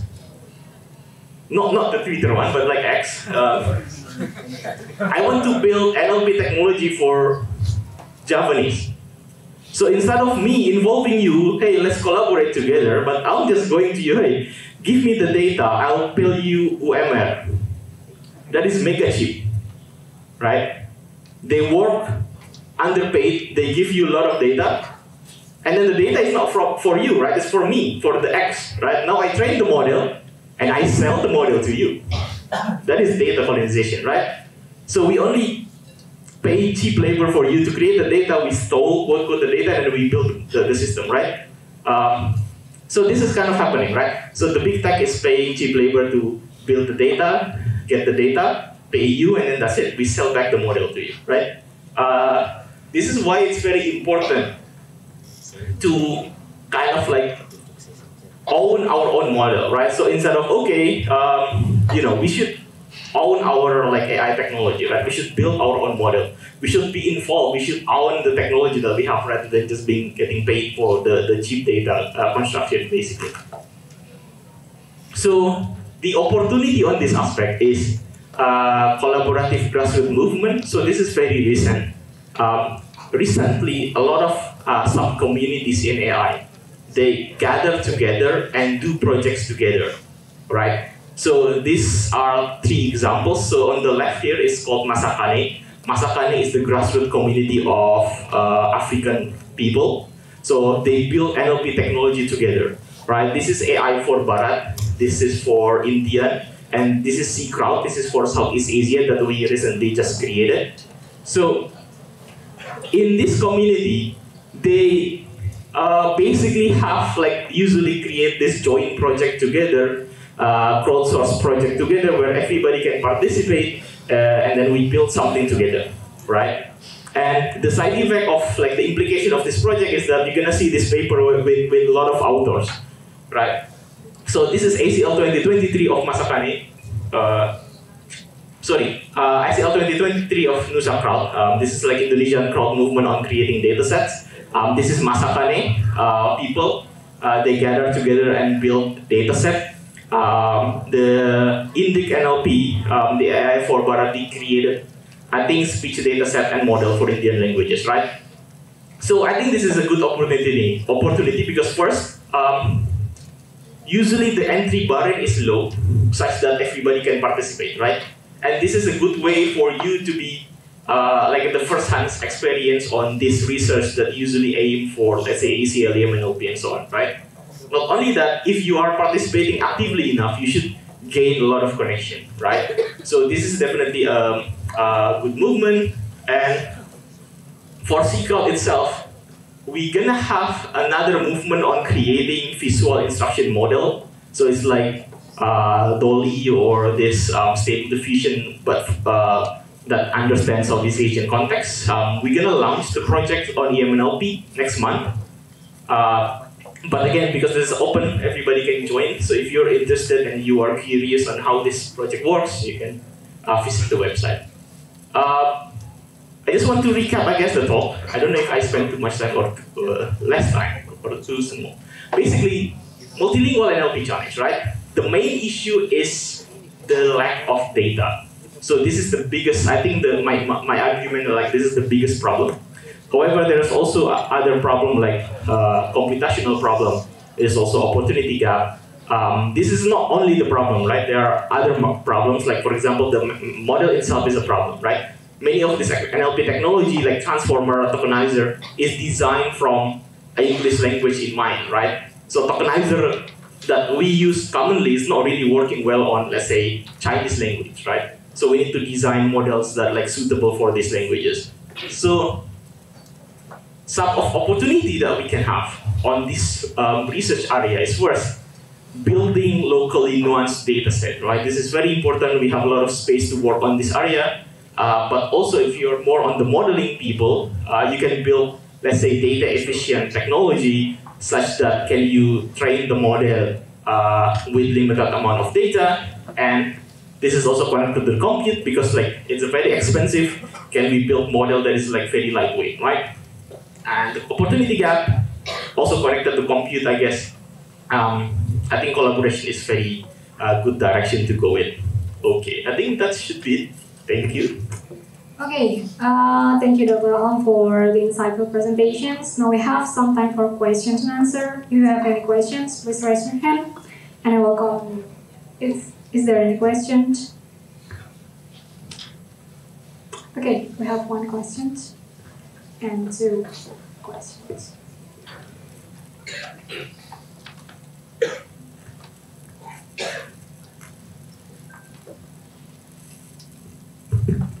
Okay, thank you very much for the opportunity. That was a great presentation regarding the environment of the global source, especially in Indonesia and multilingual. And I can say, asking about one of the line that you have said before. We need to properly evaluate or something like that. What do you mean or referring to what properly evaluate? Is it about the metrics that we use or the data that we use to evaluate it? Thank you. Right. I think it's mainly on the data. I guess metrics can follow. If someone implement new metrics, maybe we can reapply the metrics. But I guess it's mainly on the data, right? Because a lot of this multilingual benchmark, again, were designed from English point of view, right? That's why you have the data, like I mentioned, like, oh, unusual bathroom. Well, it's not really unusual, depending on who you ask, right? So, like, again, for example, the question answering benchmark, they ask about like who the US governor has the most vote, right? Those not like the question that people ask, right? Maybe like for example, another question on those benchmarks, something like the Taylor Swift date of birth or something like that, right? You know, it's very Western-centric point of view. If you want to benchmark the knowledge of your AI system for Indonesian, you just not translate those questions to Indonesian, but you also have to ask local questions, right? Like, how do I replace my KTP? Something like that, right? That's like what I meant by like properly benchmark the technology. Thank you. Regarding with the answer, there is another follow-up question. And as we know that in some reports, let's say Hugging Face, there are many Indonesia models that fetch from the big models such as GPT, Indoper, IndoExpert, etc. And as you can say before, there is no problem with the metrics that will be used in the evaluate. And as you can see, several of these models have better or good enough metrics like the good blue, good trend, good loss, etc. And I want to ask, is this model that Indonesia have in the repositories such as IndoGPT, etc., can we use this model academically, like for research or things, or somehow we use in industrialized business case maybe? Thank you. Can we use that? I guess generally yes. I guess why not, right? Because at the end of the day, that model is better than, let's say, English model because, you know, it at least understands Indonesian than the normal bird, right? Now, the question is, up to what level the model is good? It's something that we need to study, right? Because the way they usually evaluate this model is usually they evaluate on some of this multilingual data, and they show that it's good for Indonesian, but at what point they understand, let's say, the cultural nuances, right? I guess generally the answer is not so much, but it is better than nothing. So that's the general understanding of like this lot of, not just for Indonesian bird or Indonesian GPT, but a lot of this multilingual NLPs is like if you ask locally nuanced question, they are usually still not good. But I guess compared to, you know, English model, it's usually better. With the exception of GPT is very, very good. So surprisingly, at least for Indonesian, GPT is way better than those Indonesian models. But then there's like also another side problem of GPT because it's very black box, right? Scientifically, it's very hard to see why this is working. How can this be replicable, right? Because then they will gonna change the version, and the model will change the behavior, and so on and so on. But if you're talking about practical industry, I guess generally, I guess try several models, see if it's suitable to your use case. I think that's from me. That was a great insight for me, actually. And thank you very much. We have second question from Dr. Herman.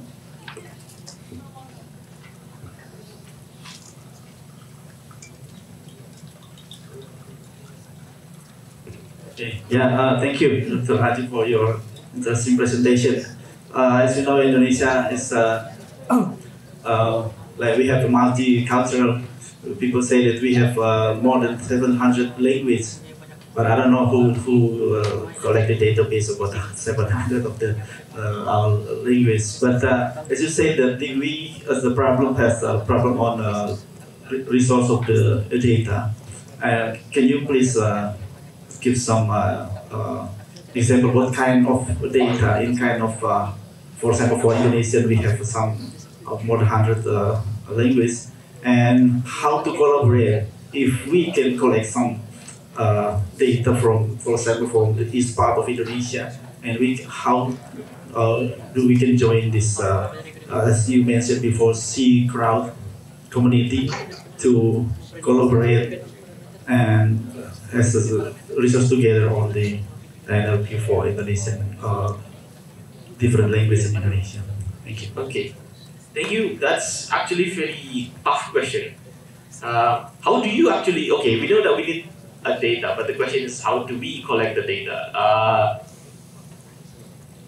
Two types of data, I guess. One for benchmarking usually is easier because of the amount, right? We don't really need a lot of data for benchmarking. So worst case scenario, we can just manually create the data with some sort of data annotation guideline, right? So for example, on one of the projects, it's a separate project, but we are collecting image relevant data. So we have multiple stages involving native speakers. First, we ask them to list, let's say, 100 local foods. They start writing like 100 local foods, and then we ask 100 buildings, 100 clothes, 100 activities, and so on and so on, and we aggregate them together. Now we have a list, and then the second round is that we ask them to, let's say, collect the photo of this data, or maybe collect a description of this data. This works to some extent, but it is not scalable. When I say not scalable, because the only way to scale is to add more people, in which then you have to pay people. If you're thinking on, let's say, data collection point of view, right? I guess that's one of the reasons why, let's say, GPT is very good. Usually, I think they just have a lot of people and then, a lot of money, and then they just pay people to collect the data, right? However, usually when we want to go for training scale, we usually need more than that. So one way is actually collecting existing data that is already around. Like for example, we actually have a lot of printed book. Maybe we can scan them and then let's say do some OCR and then some fixing, and then that's like a local data right there, right? Or for the languages that are spoken, can we record the speak, right? Can we record the speech, for example? Or can we listen to a podcast on this language and transcribe the podcast or radio or so on? So a lot of ways to collect the data, really depending on the purpose and the scale, really, right? Some requires more money, some requires more people, and so on and so on. Yeah, and how the possibility for the collaboration or join the C crowd community is you mentioned. So C crowd, the next data that we gather is for visual image collection. The way we're gonna do, it's not confirmed yet because we are still like cooking the method on how we collect the data, is that we're gonna have several steps. So one step is for everybody just to collect any photo that is like locally nuanced, right? Like let's say photo of your food, your hometown, and so on and so on. After that, there is a second phase to validate the photo, whether is it okay or not, and then after that, there is a second stage to caption the photo, and then that's the third stage, and then for captioning, that's enough, and then the last stage is we want to have some of the data for evaluation purpose, then we're gonna write some questions on that data.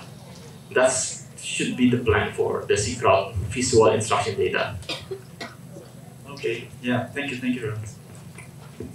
Okay, because of the time constraint, we can conclude this session. So thank you, Dr. Fikriaji, for sharing your expertise and insight with us today. So please join me in giving a final round of applause to Dr. Fikriaji.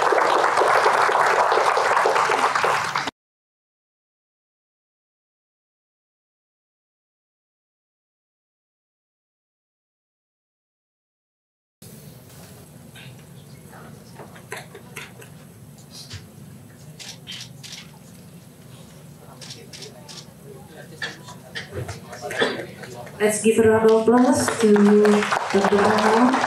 Thank you very much.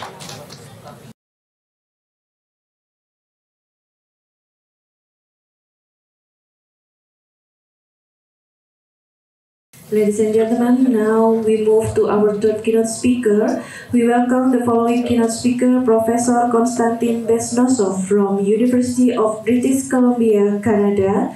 This session will be moderated by Dr. Aryo Pinandito. Please welcome for both of them to the stage and give a round of applause.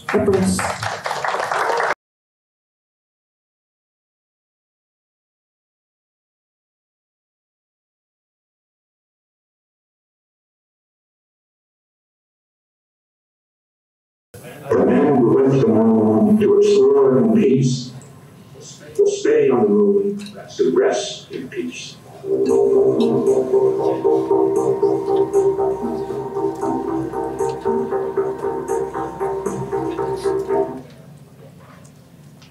To explore will stay on the moon to rest in peace. These brave men, Neil Armstrong and Edwin Aldrin, know that there's no hope for their recovery.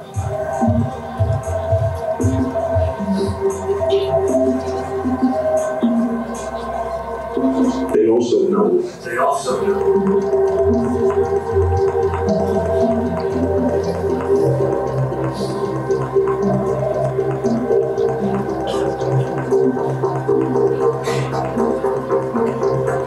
Moving forward, we need to be more vigilant with what we trust from the internet. It's a time when we need to rely on trusted news sources. These brave men, Neil Armstrong and Edwin Aldrin, know that there's no hope for their recovery. Okay, so that's kind of teaser for my talk today, which will be on how weaponization of generative AI amplifies threats to democracy and what can be done about it. Can you please start? Yes, sure. Can you hear me? Hopefully, I don't know who is on Zoom, but somebody on Zoom will hear me as well. Yeah, so today I will talk about this particular topic. And let me first introduce myself. So I'm with University of British Columbia in Canada. I've been there for more than 20 years. And before, between my PhD and my career in academia, I did 3 years of startups working as a security architect. And as part of that, I co-authored a couple of books here, and also was involved in some of the standards related to cybersecurity. And you can use this QR code to find more information on my homepage. And as part of the research, we, in my research group, collaborated or partnered with different companies, mostly in North America and a little bit of Europe over the years. And I want to start by talking about something that we've done back in 2011 with my colleague Matej and 2 PhD students. Try to make sure that I speak to the microphone. We've done some interesting live experiments on Facebook, even before Facebook became a public traded company. We essentially created a social bot, which is basically an account on social media combined with some fairly straightforward program that operates that account and basically controls that account. And we created a bunch of such social bots. We refer to them as social botnets. And just utilize very simple ways of creating accounts, fake accounts, and then controlling them to send friendship requests to other Facebook accounts, and also collect data on those accounts, on those Facebook accounts, and to see how much private data can be collected and so on. So we've done those experiments, and let me see if I can get back. Yes, and our social botnet was about 100 nodes, and I have a video, but I'm not going to play it for the sake of time, that shows how our just 15 of those social bots connected to other accounts on Facebook. I think I will be able to show you just parts of that video. Let's see. So we went through multiple stages when the bots were first connected with each other only. So it was a big click of 100 bots, and then they started to connect with Facebook accounts, and you can see those blue dots, randomly picked victims, and then once our social bots connected to those randomly picked victims, we instructed them to start connecting to mutual friends. So basically those accounts with whom our victims and our bots had connections. And you can see them here and more here. And once our social bots connected to other Facebook accounts, we started to drop connections between the bots themselves.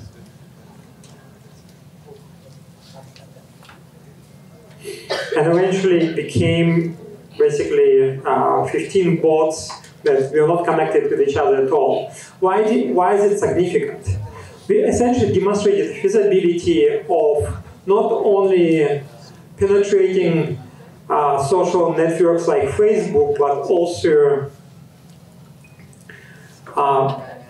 doing so without being detected. Because most of the detection mechanisms or approaches were hinging on the assumption that such fake accounts would be highly connected with each other, but will not be as much connected with the rest of the network. And in this particular graph, you can see how our bots, 65 fake accounts, were connected with the rest of the network, and you can easily see that it's fairly difficult to kind of cut clearly and separate the rest of the network from our clique of 65 accounts.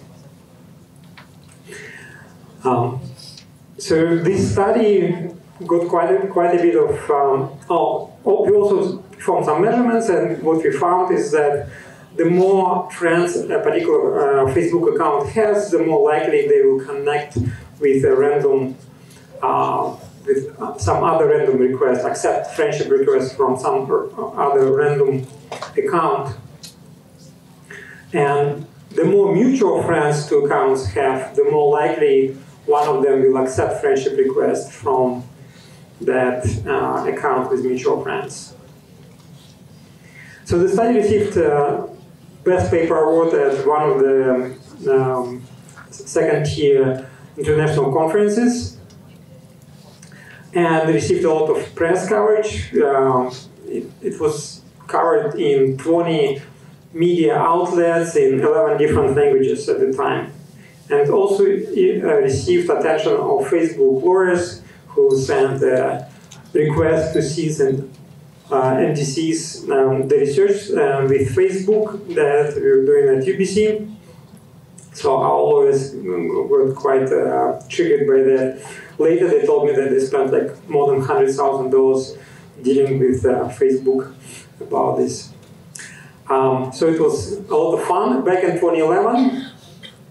And one of the key points that our study kind of showed that such social botnets are not only feasible to do, but also once they're used by somebody and they penetrate a specific social network, they can be used for not only infiltration of the network and collection of personal data or distribution of malware, but also distribution of misinformation and disinformation.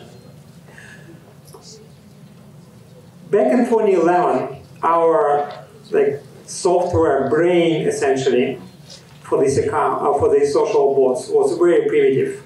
It was doing very simple things. At the time, AI was still only in research labs. It was very costly and ineffective at imitating humans. But now, in 2020s, this can be done at much larger scale with much better imitation of humans. And this is why this type of combination of generative AI and social networks, social media can become kind of a way of weaponizing social generative AI and making and creating significant threats to democracy. And this is what I'm going to talk today about. So today we'll discuss generative AI, quickly what it is and its capabilities. And then most part will be about how generative AI can be used and abused to threaten democracy. And I will briefly discuss avenues for managing the risks. This is something that a new topic, a research topic for me. So I'm still exploring this whole direction and trying to understand like what's the big picture and so on. So what I'm showing today to you is a work in progress. So first of all, what's generative AI? Essentially, it's neural networks that can be configured in different ways. One kind of way that is most important here is one-to-many text generation and image capturing, where there is some input, and given this input, the recursive neural network produces sequence of outputs. And then this sequence of outputs now can be used again as input, and it will produce the next sequence of outputs. And this is essentially what generative AI does, like LLMs. They are essentially predictors of next word on steroids. And generative modeling, more generally, has a goal of taking as input training samples from some distribution and learn a model that represents the distribution. So that, for example, there is some sample of images. The kind of objective for generative modeling is to create a model that will produce images that will be in the have the same distribution or very similar distribution to the original one. But these images are not kind of seen in the original input, in the original data set. They are completely kind of new. And actually, the original image that I showed, not original image, the image that I showed you at the beginning of my presentation was produced by ChatGPT.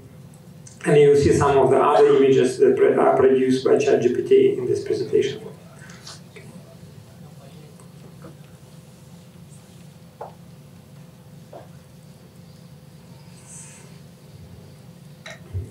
So generative AI can do a lot of tasks, and we're, as society, embracing this and starting to appreciate these capabilities, from generating text to generating images to helping developers generate code, or helping artists to generate music and sound, even videos, 3D models,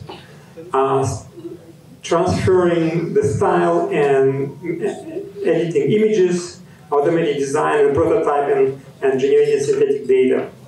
So there are many tasks that generative AI can help us with, make them cheaper, faster, at larger scale. And there are many, many applications for Gen AI. Here you can see just some of them. They can be, Gen AI these days is used pretty much in all industries. And if you just Google for Gen AI applications, you will see there are constantly there are different conferences and summits where people discuss these opportunities and the applications. So let's talk about specific application of Gen AI, deepfakes, generating fully synthetic, hyper-realistic, but fake images, videos, or audio recordings. And the key applications for Gen AI, they can be used for many interesting purposes. For example, in South Korea, one company received or purchased rights to use the image and the voice of specific very popular news anchor for the company's advertisements. Artists use generative AI to create virtual personas on social media, and these virtual personas make money for those artists. There are even websites like, for example, thispersondoesn'texist.com, where you can go and just ask it to generate completely fictitious but highly realistic image of a person. And you can even specify some attributes of that person, and that website will generate such images. And you can see from these examples, it's very difficult to actually to determine that this is not real images or images of not people that don't exist. So these are just examples of how deepfakes can be very, very effective in some sense. Here's another example of person who, I don't even know exactly who he is, but he's a popular figure who speaks in support of eliminating malaria, and at some point he speaks in English and then he starts speaking in other languages, even though he of course doesn't know these languages. And generative AI was used to produce video that was highly realistic and showing as if he was really speaking in all these different languages. And another example is this video of Barack Obama introducing MIT course on generative AI or deep learning. For the sake of time, I'm not going to play this video, but it's highly realistic. You can find it on YouTube. And the interesting thing about this video is that it was created back in 2020, and at the time, it cost MIT researchers to train a model to produce this video. It cost $10,000. But with every year, every month, this cost reduces, and the effectiveness of such deepfakes, either video or images or audio, is increasing.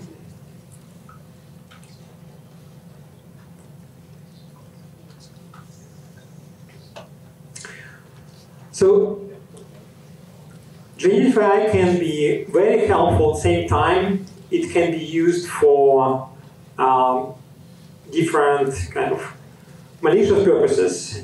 For example, disrupting markets, online harassment, extortion and fraud, online child sexual exploitation, disruption of financial markets, damaging reputations of individuals or organizations, disrupting businesses, and so on.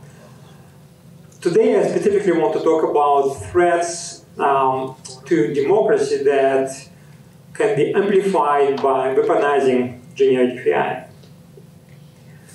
So one of those threats are one-shot fakes. Deep fakes are a very clear example of one-shot fakes.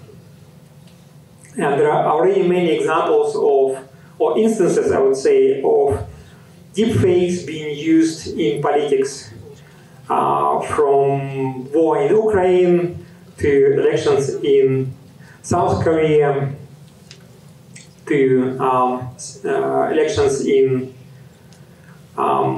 Slovenia, to presidential elections in US as well. So if you Google up, you will find many instances. My undergraduate student volunteers this summer, just over the month, the course of 2 months, found more than 40, or I think more than even 50 samples of deepfakes used in political campaigns. But these days, one doesn't even need to spend $10,000 or whatever amount to produce video or audio that will resemble somebody else's image or persona. For example, I teach undergraduate course in cybersecurity. Just like, okay. Yeah, I'm getting echo there. So I teach undergraduate course in cybersecurity, and my students do term projects every time. And one group this last time chose to do a project on using deepfakes for like phone scams. When somebody calls and says, "Oh, I'm your niece, or I'm your nephew, and I'm in trouble. I need money. Please send the money here," and so on.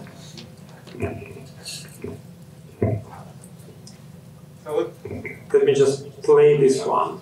You can hear my voice. The students use my voice for kind of annotating the video for the project.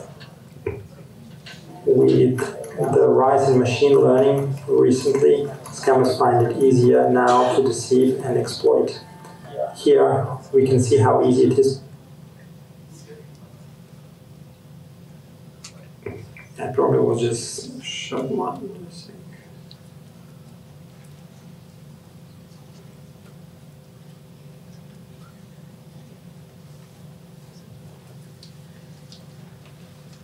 I don't know if it's possible to avoid echo, because like if I turn the sound off on my computer, then I think we can. Okay, try again. Whenever I play audio, that becomes an issue.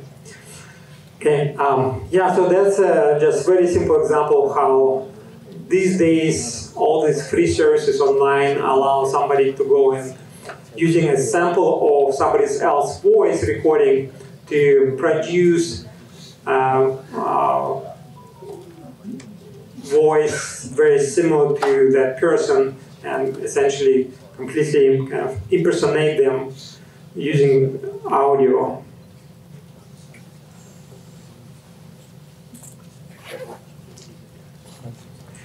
GenFA can also be weaponized differently, not just through one-shot attacks like deepfakes.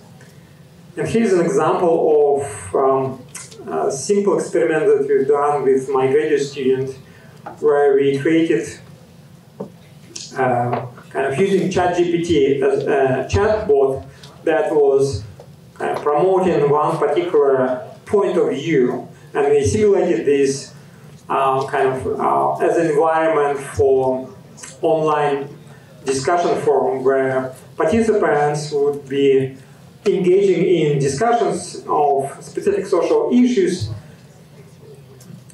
in which some of the participants in these discussions could be actually social bots promoting specific point of view, specific agenda, and so on.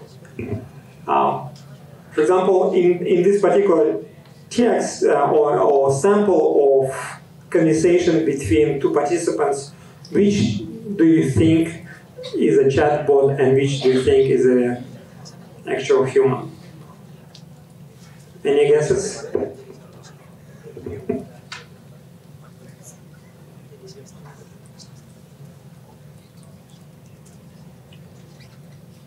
Yellow or blue?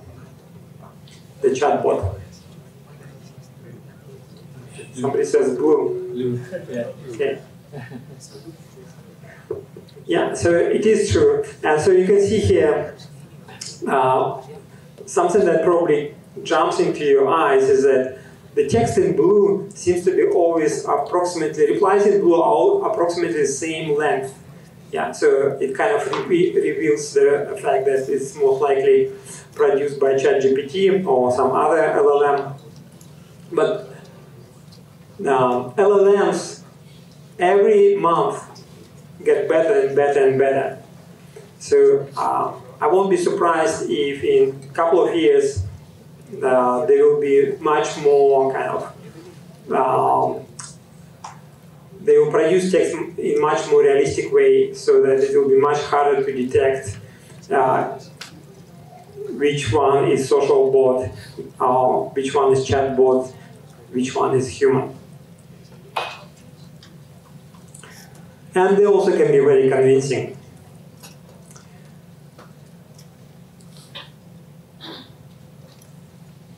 There is another video, unfortunately, I also don't have time to play that. It's of a talk by Yuval Noah Harari. How many people know this scientist, historian, writer? He's well known for *Sapiens*. And there is another book also by him, 21 Lessons for 21st Century. So he is kind of very outspoken on the dangers of AI. And he speaks about different dangers of AI. But one of them is the risk of people not being able to distinguish between AI-driven chatbots and real people in democratic discourses. And specifically, he says, if you are talking with someone, you need to know whether it's human or an AI. If you don't do that, then the public conversation collapses and democracy cannot survive. Because it's very important for democracy to be able to have public discourse, to discuss and converge on specific social issues. Without this, we won't have democracy, essentially. And AI is positioning kind of, or can be weaponized to compromise these democratic conversations and discourses that we have in person as well as online. Another important figure in AI, Professor Joshua Bengio, I hope I pronounced his name correctly, also warns that AI-driven manipulation of voice, video, or text can fool a social media user and make them change their mind on political questions. It turns out that changing somebody's mind on anything is actually quite difficult. There are different types of biases. One of them is confirmation bias, where people ignore facts that contradict their views. So they only kind of pay attention to and remember those facts that confirm their views. So that's one of the reasons why it's difficult to change somebody's opinion on something, including political views. But still, it creates a threat of kind of compromising trust among people in societies, and that also that's a significant threat to democracy, because democracy is dependent on constituents trusting the government and the government trusting constituents. So let's talk about very specific threats to democracy and kind of look at them in a more systematic way. So there are three central pillars of democratic governance: representation, accountability, and trust. And AI can be weaponized to threaten all three of them. First of all, threat to representation, what exactly it is. Flooding of the media landscape, the internet and political communication channels would undermine efforts by the government to understand constituent sentiment. And we will talk about each of them separately as well, so I'll just define these threats. Next one is threat to accountability, which threatening efforts to monitor what elected officials do and the results of their actions. And threat to trust. Essentially, the above two threats to accountability and representation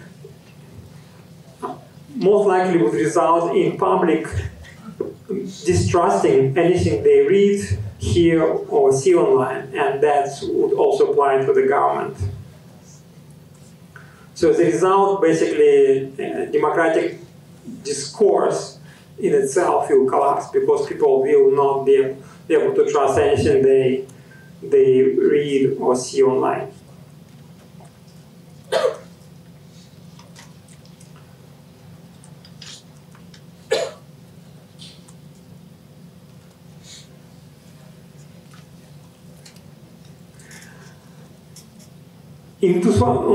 This year, around half of the world is going to polls.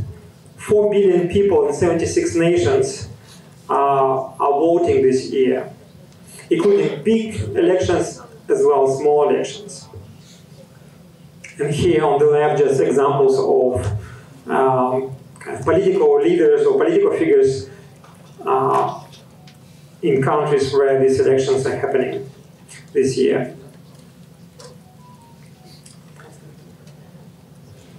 So threat to representation. Essentially,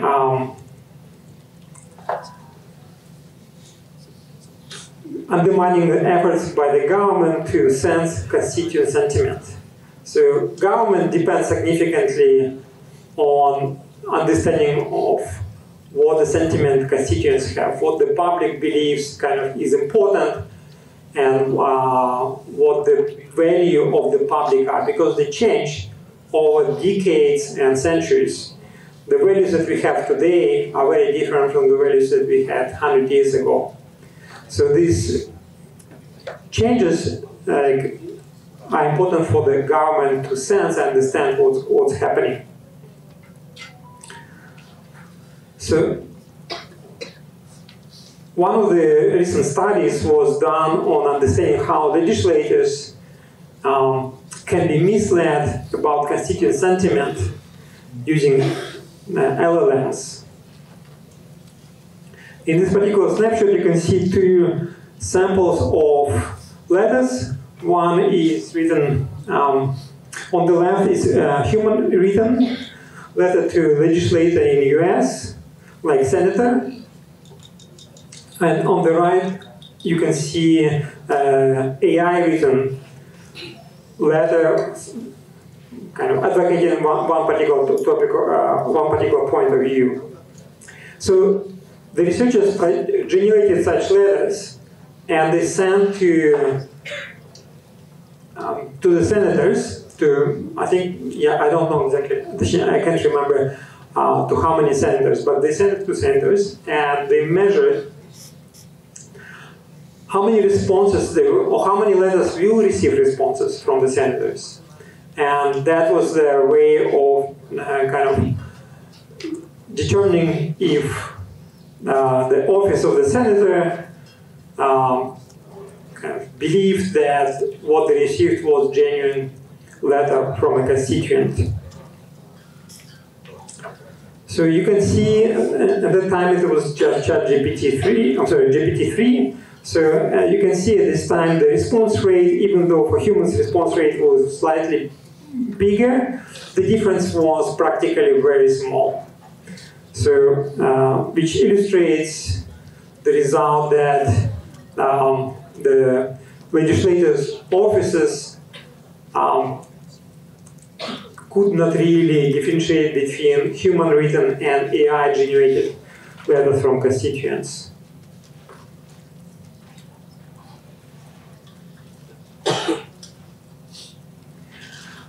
Another example, which wasn't a study but in real life, FCC issued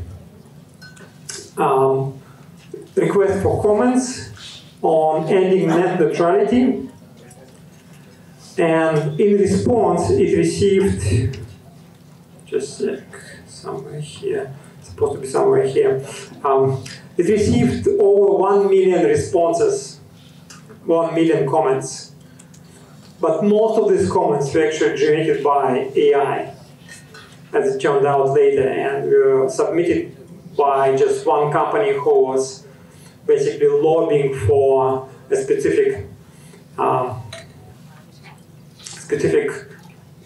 agenda related to net neutrality.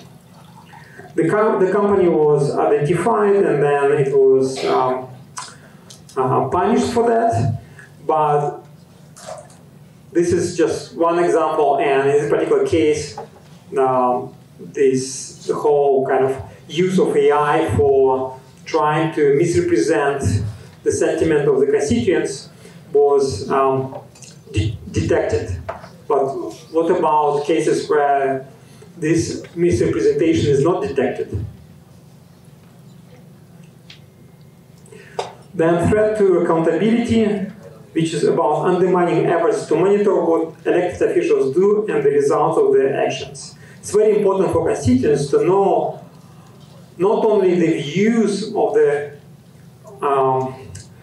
elected officials or individuals who run for in elections for specific positions, but also the actions of those elected officials.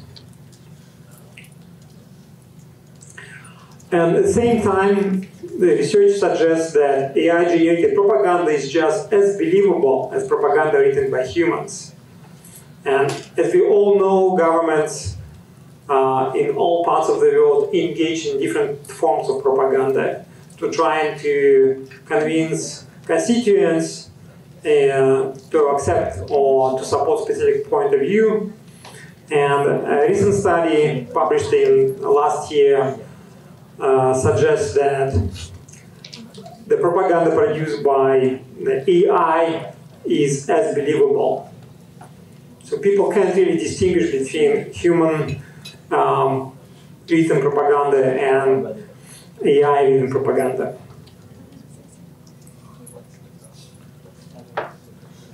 I already showed you these pictures that illustrate that AI-generated misinformation greatly greater affect voter beliefs about the candidates. So threats to trust. So given that constituents, if attacks are using AI succeed, then constituents will not know what the government is doing, and the government will not know what constituents' beliefs and priorities are.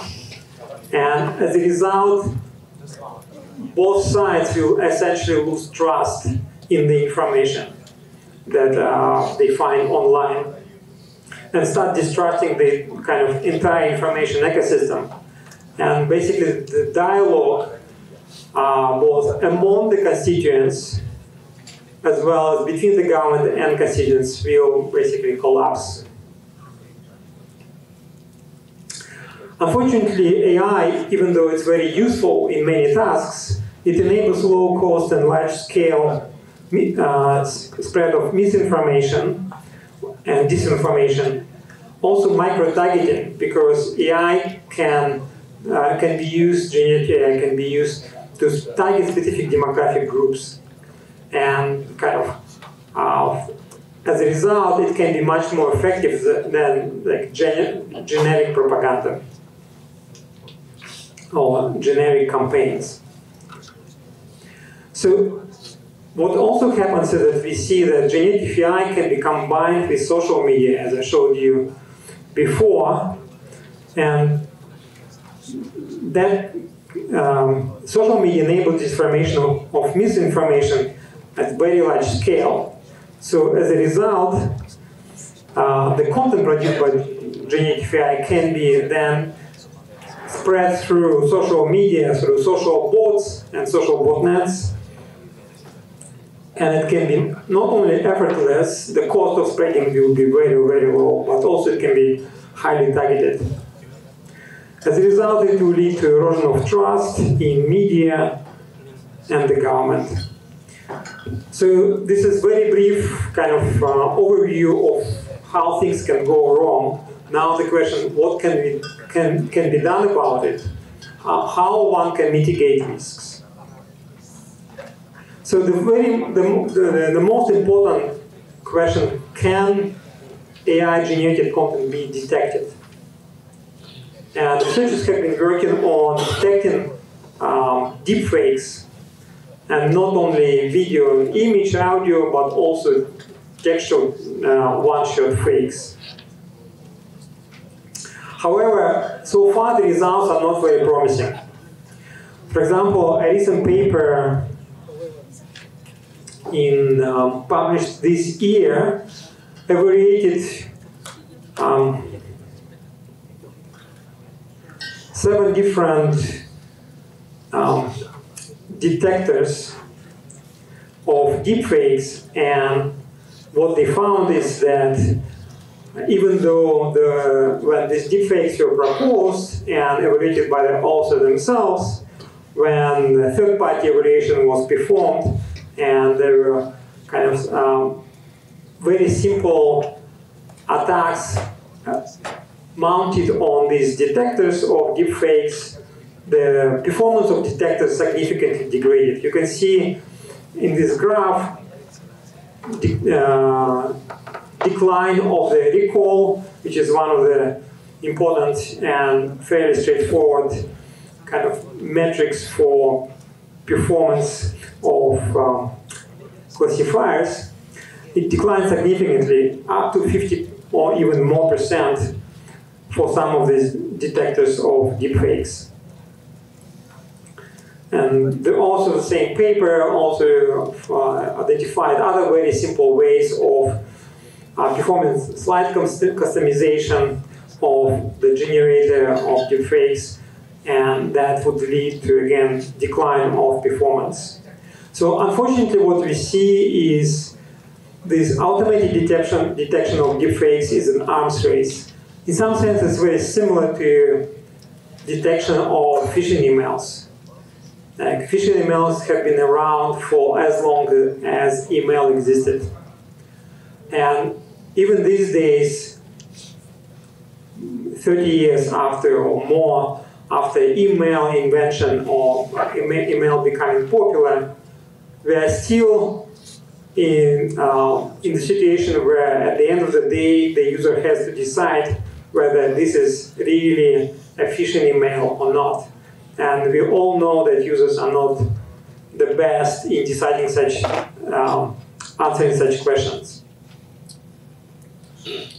So unfortunately, I expect that automated detection of deepfakes will go a similar route as detection of phishing emails, and at the end, the users will be maybe warned that specific content might be deepfake, but they will have to decide themselves whether they believe this is a kind of original, authentic content or it is a deepfake.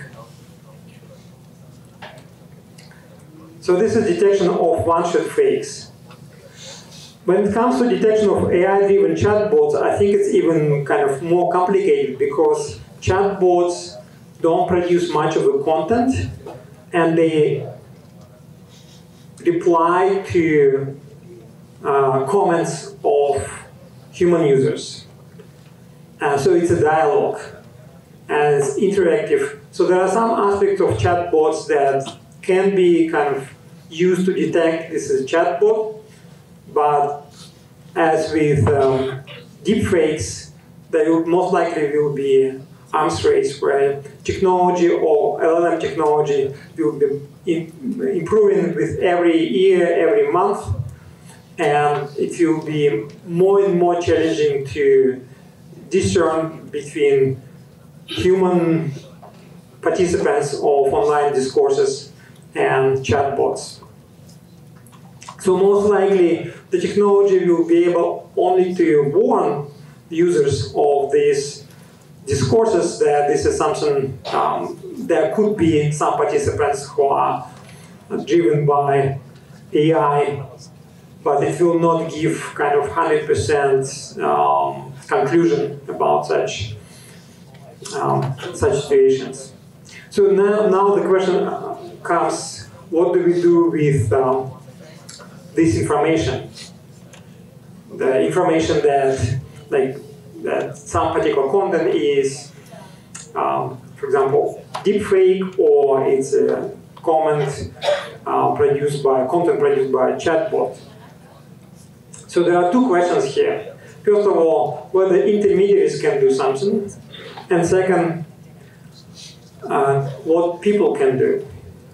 So historically, intermediaries been asked and required to take down content that doesn't comply with specific policies. For example, if a content is a pirated version of copyrighted content, YouTube and other content hosting platforms are required by law to take down that content in most of the countries.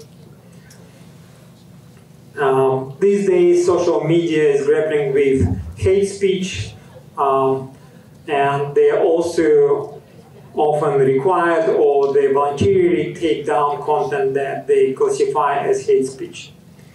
But again, even with, for example, hate speech, it's not very easy to automatically detect whether specific content is hate speech or not, even by humans, but specifically by ML classifiers. And researchers are working on understanding how well classifiers can do it. So far, again, the results are not promising. The classifiers can be easily kind of fooled by slightly paraphrasing the content and maybe performing multiple attempts of paraphrasing. And then what can be done, like what people can do when they receive such warnings, for example. So far, again, our research suggests that people are not very good about doing the right thing in some sense.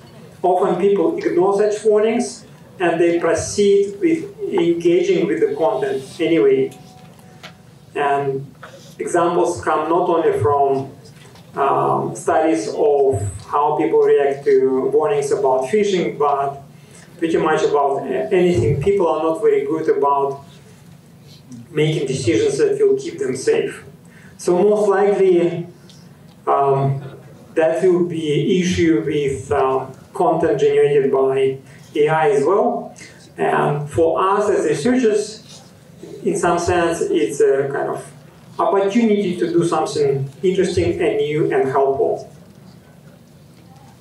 So overall, I would say in summary, the detection and handling of AI-generated content is going to be arms race, and there is a question of how help people to make the right decisions, to keep them safe, and to help them discern between human authentic generated content and AI-generated content. So we discussed capabilities of generative AI, which allows to generate at low cost and large scale believable content that mimics either humans or their communications.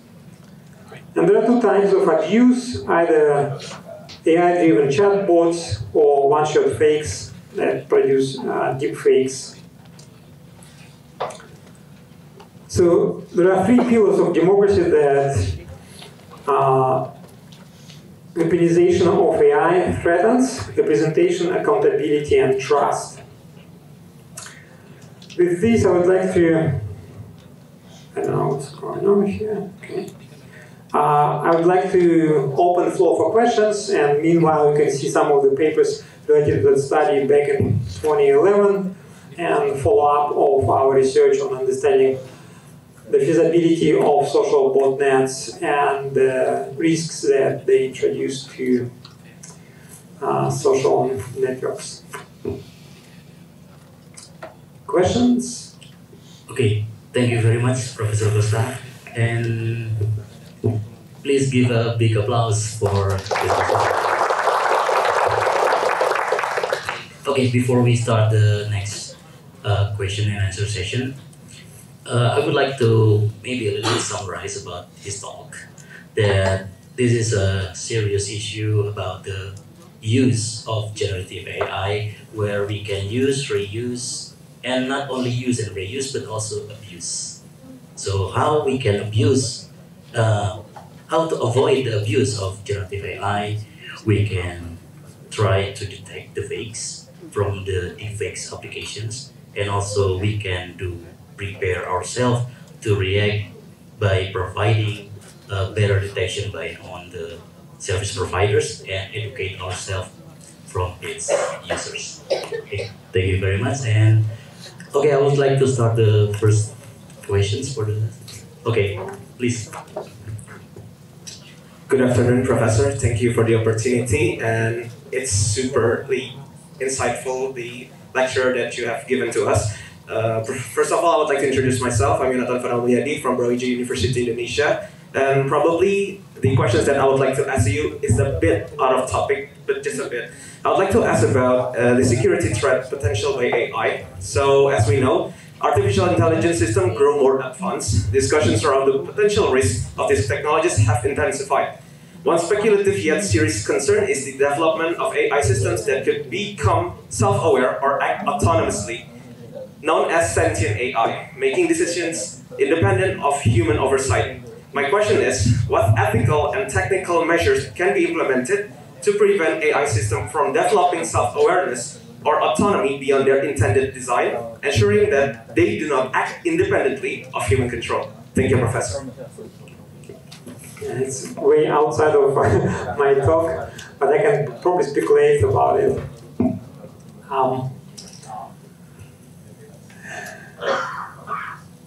I would say in general, again, my favorite speaker on this topic, Yuval Noah Harari, he talks about AI becoming kind of starting to act independently and optimizing its own goals that might be in conflict with the goals of humanity. And we already have seen cases when AI is used to optimize system performance to maximize specific goals, that can lead to some unintended side effects. For example, it's commonly believed that Facebook was using AI, or still using AI, to kind of decide what kind of content each user sees on their Facebook account. Because people post a lot of comments, make a lot of posts, and the question is which post will be shown first, which post will be prominent, and so on.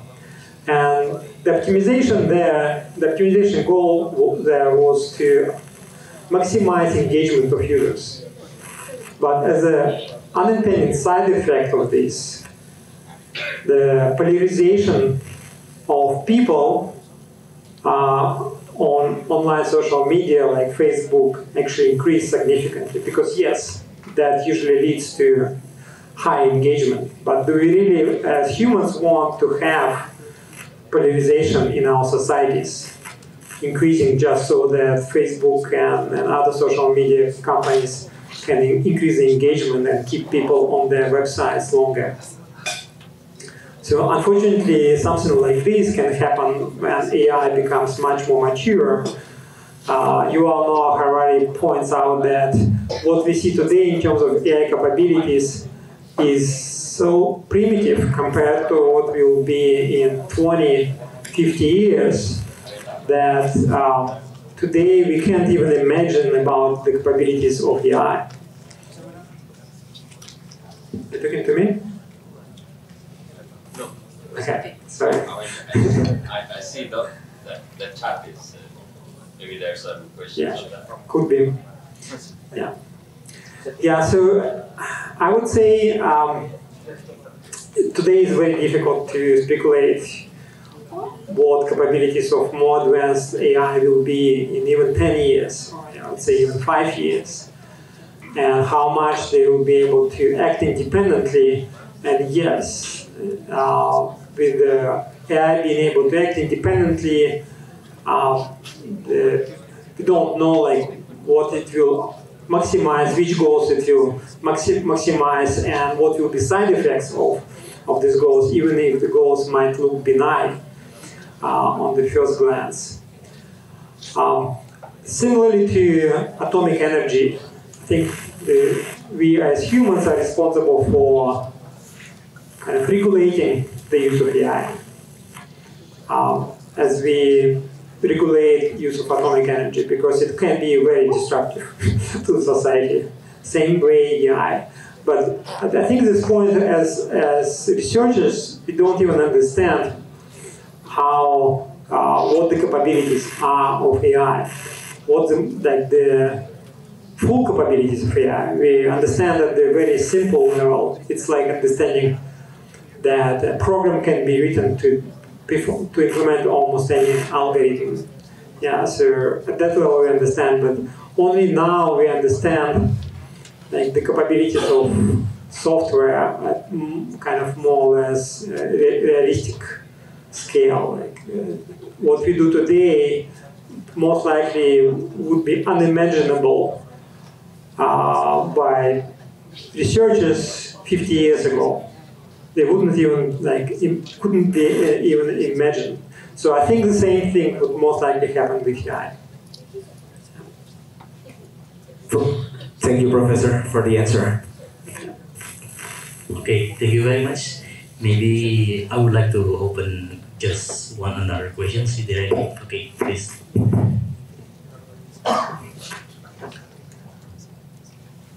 Okay, thank you for the opportunity and for incredible and highly interesting presentation.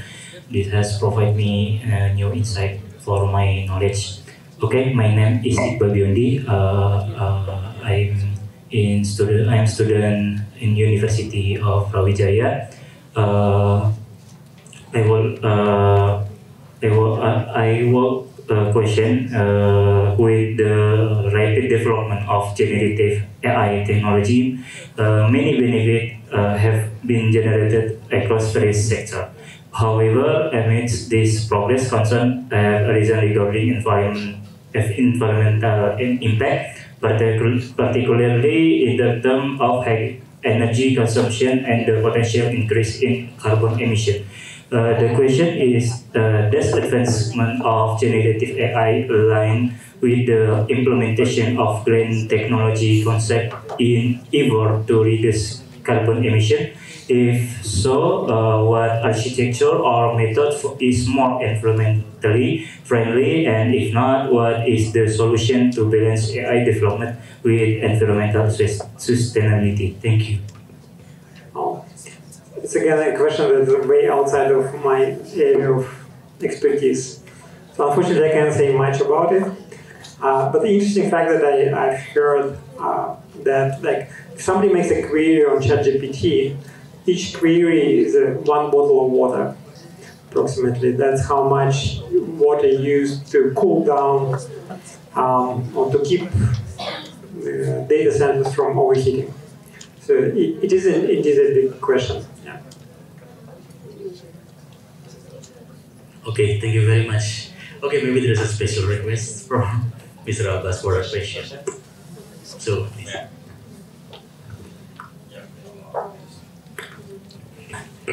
Thank you, Prof. Costa. Very interesting presentations. I see you've been exploring those into social media, and we know that there are many recently came out like those artificially crafted attack using AI on the networks. Where I'm also like exploring things like generating artificially data for learning and something like that of the traffic. But what is your view on the real network, the network traffics that is generatively,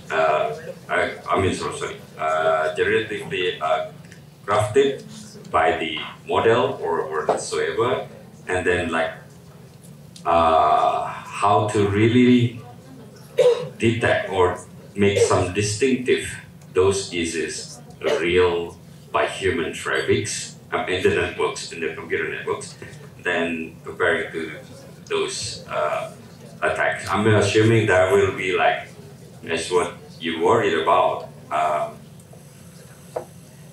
the future detection will be very challenging in detecting those between the real traffic with those very, intentionally generated traffics. Detection for the purpose of defending networks from attacks? Yes. I wonder whether it matters whether the attack was generated by AI or it was generated by humans. Yeah, my point is there are many range of attacks in the networks, as we see like DDoS attack that will make some failures on some sort of system.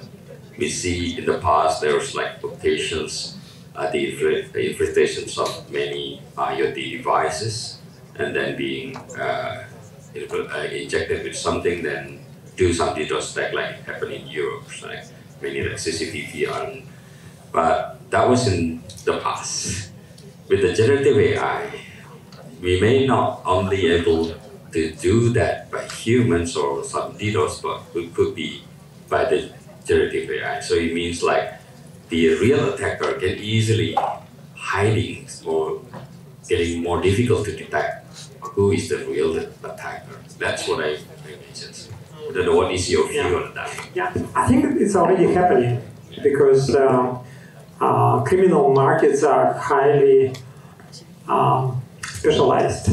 There are people who produce malicious payloads, people who acquire zombies and create botnets out of zombies, people who ran those botnets and use payloads to perform, drive-by downloads or attacking networks and DDoSing and so on.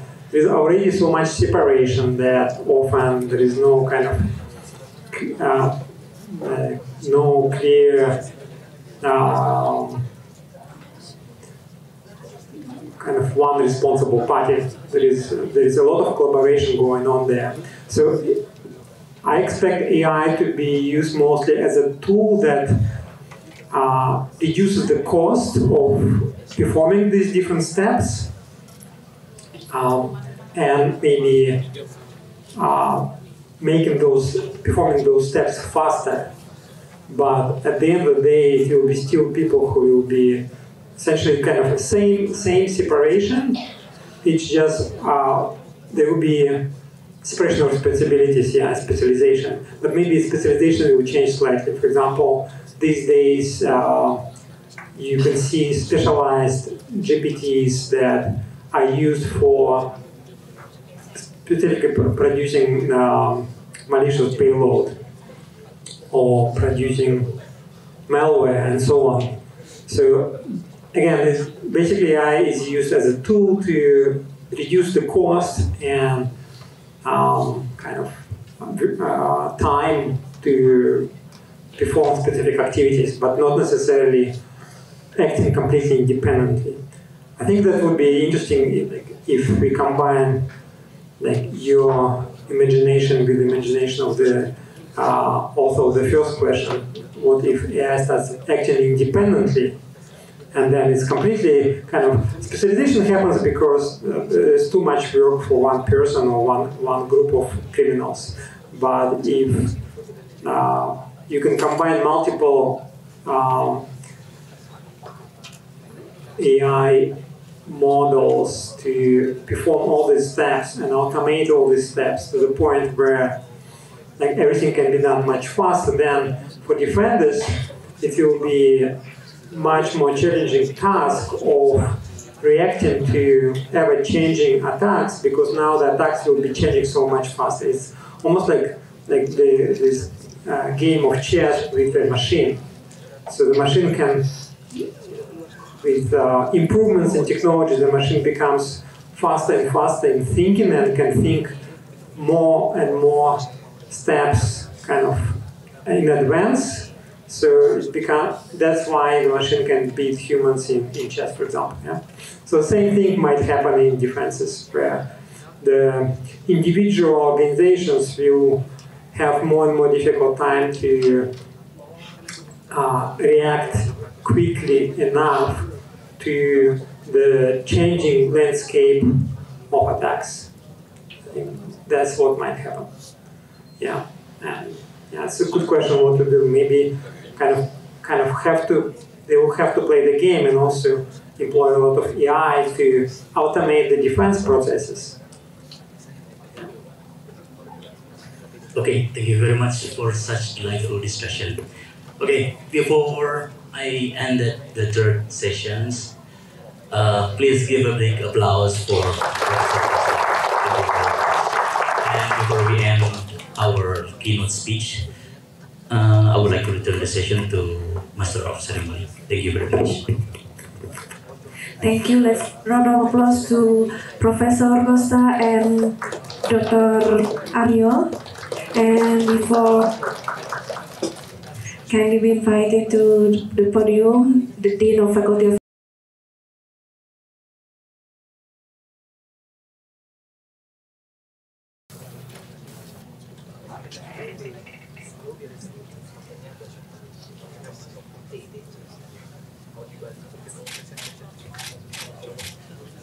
Thank you. Let's give a round of applause. And we kindly invite also to all the keynote speakers, the Dean.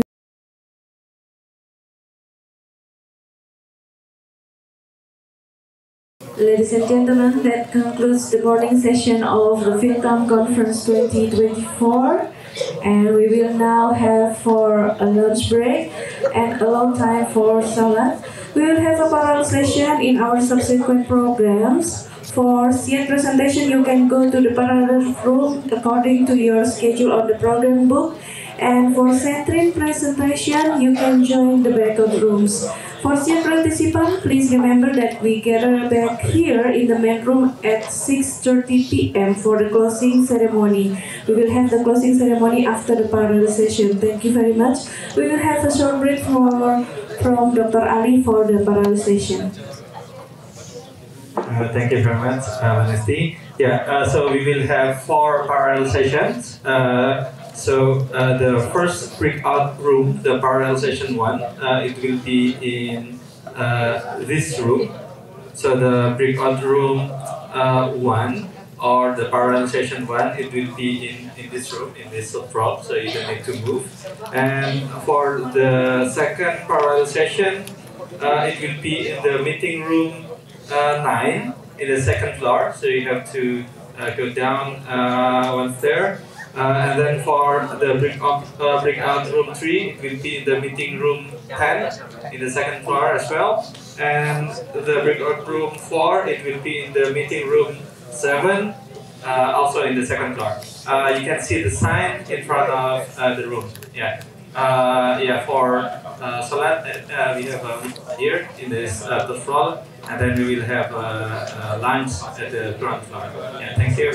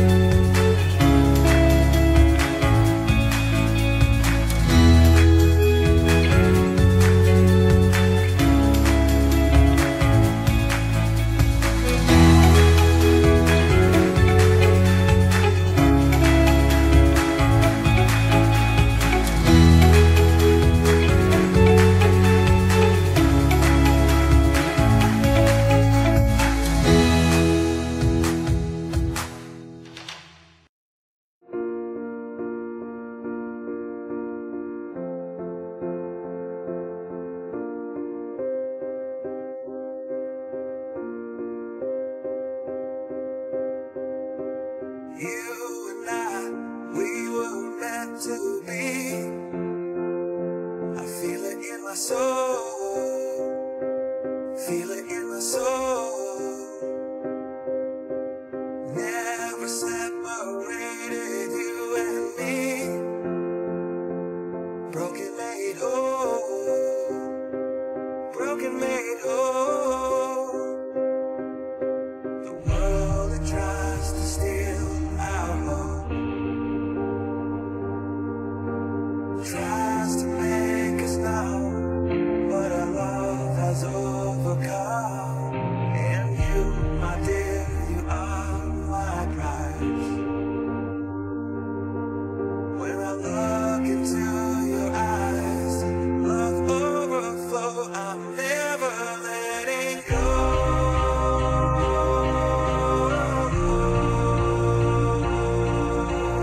All my life I give to you, love breakthrough, I'm never letting go.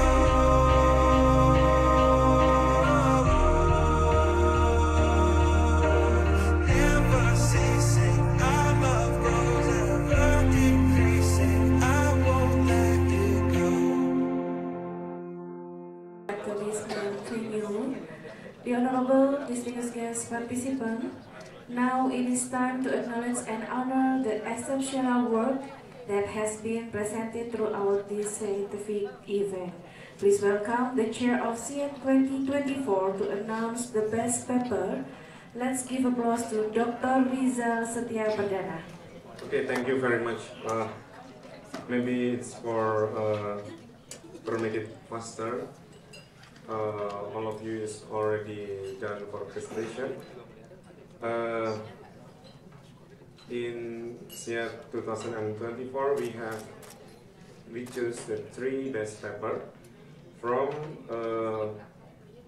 3 categories. The first is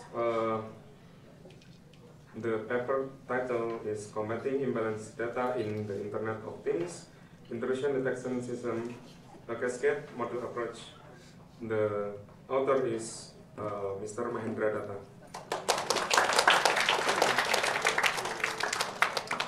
And the second best paper is the paper title is Evaluation of Pre-trained Convolutional Neural Network for Dental Caries Classification in Panoramic Radiograph. The author is Arna Fariza and et al. And the last best paper is the paper with title Restoration of Batik Pattern with Visual Caption Synthesis and Generative Transformation Model with the author Irawati Nurmalasari et al. So please all best paper can come to the stage and also give the certificate. Yeah, kindly be invited to the podium, Professor Wayan, to present the certificate to all the winners.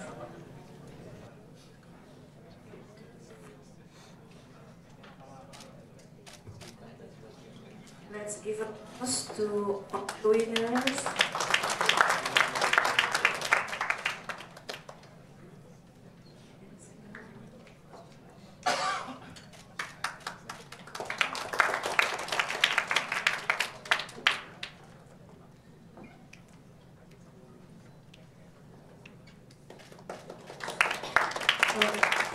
Let's have a picture, Prof. Wayan, just in the middle.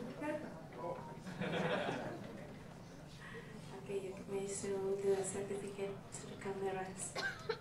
In 3, 2, 1. One more? Enough? Okay, thank you so much.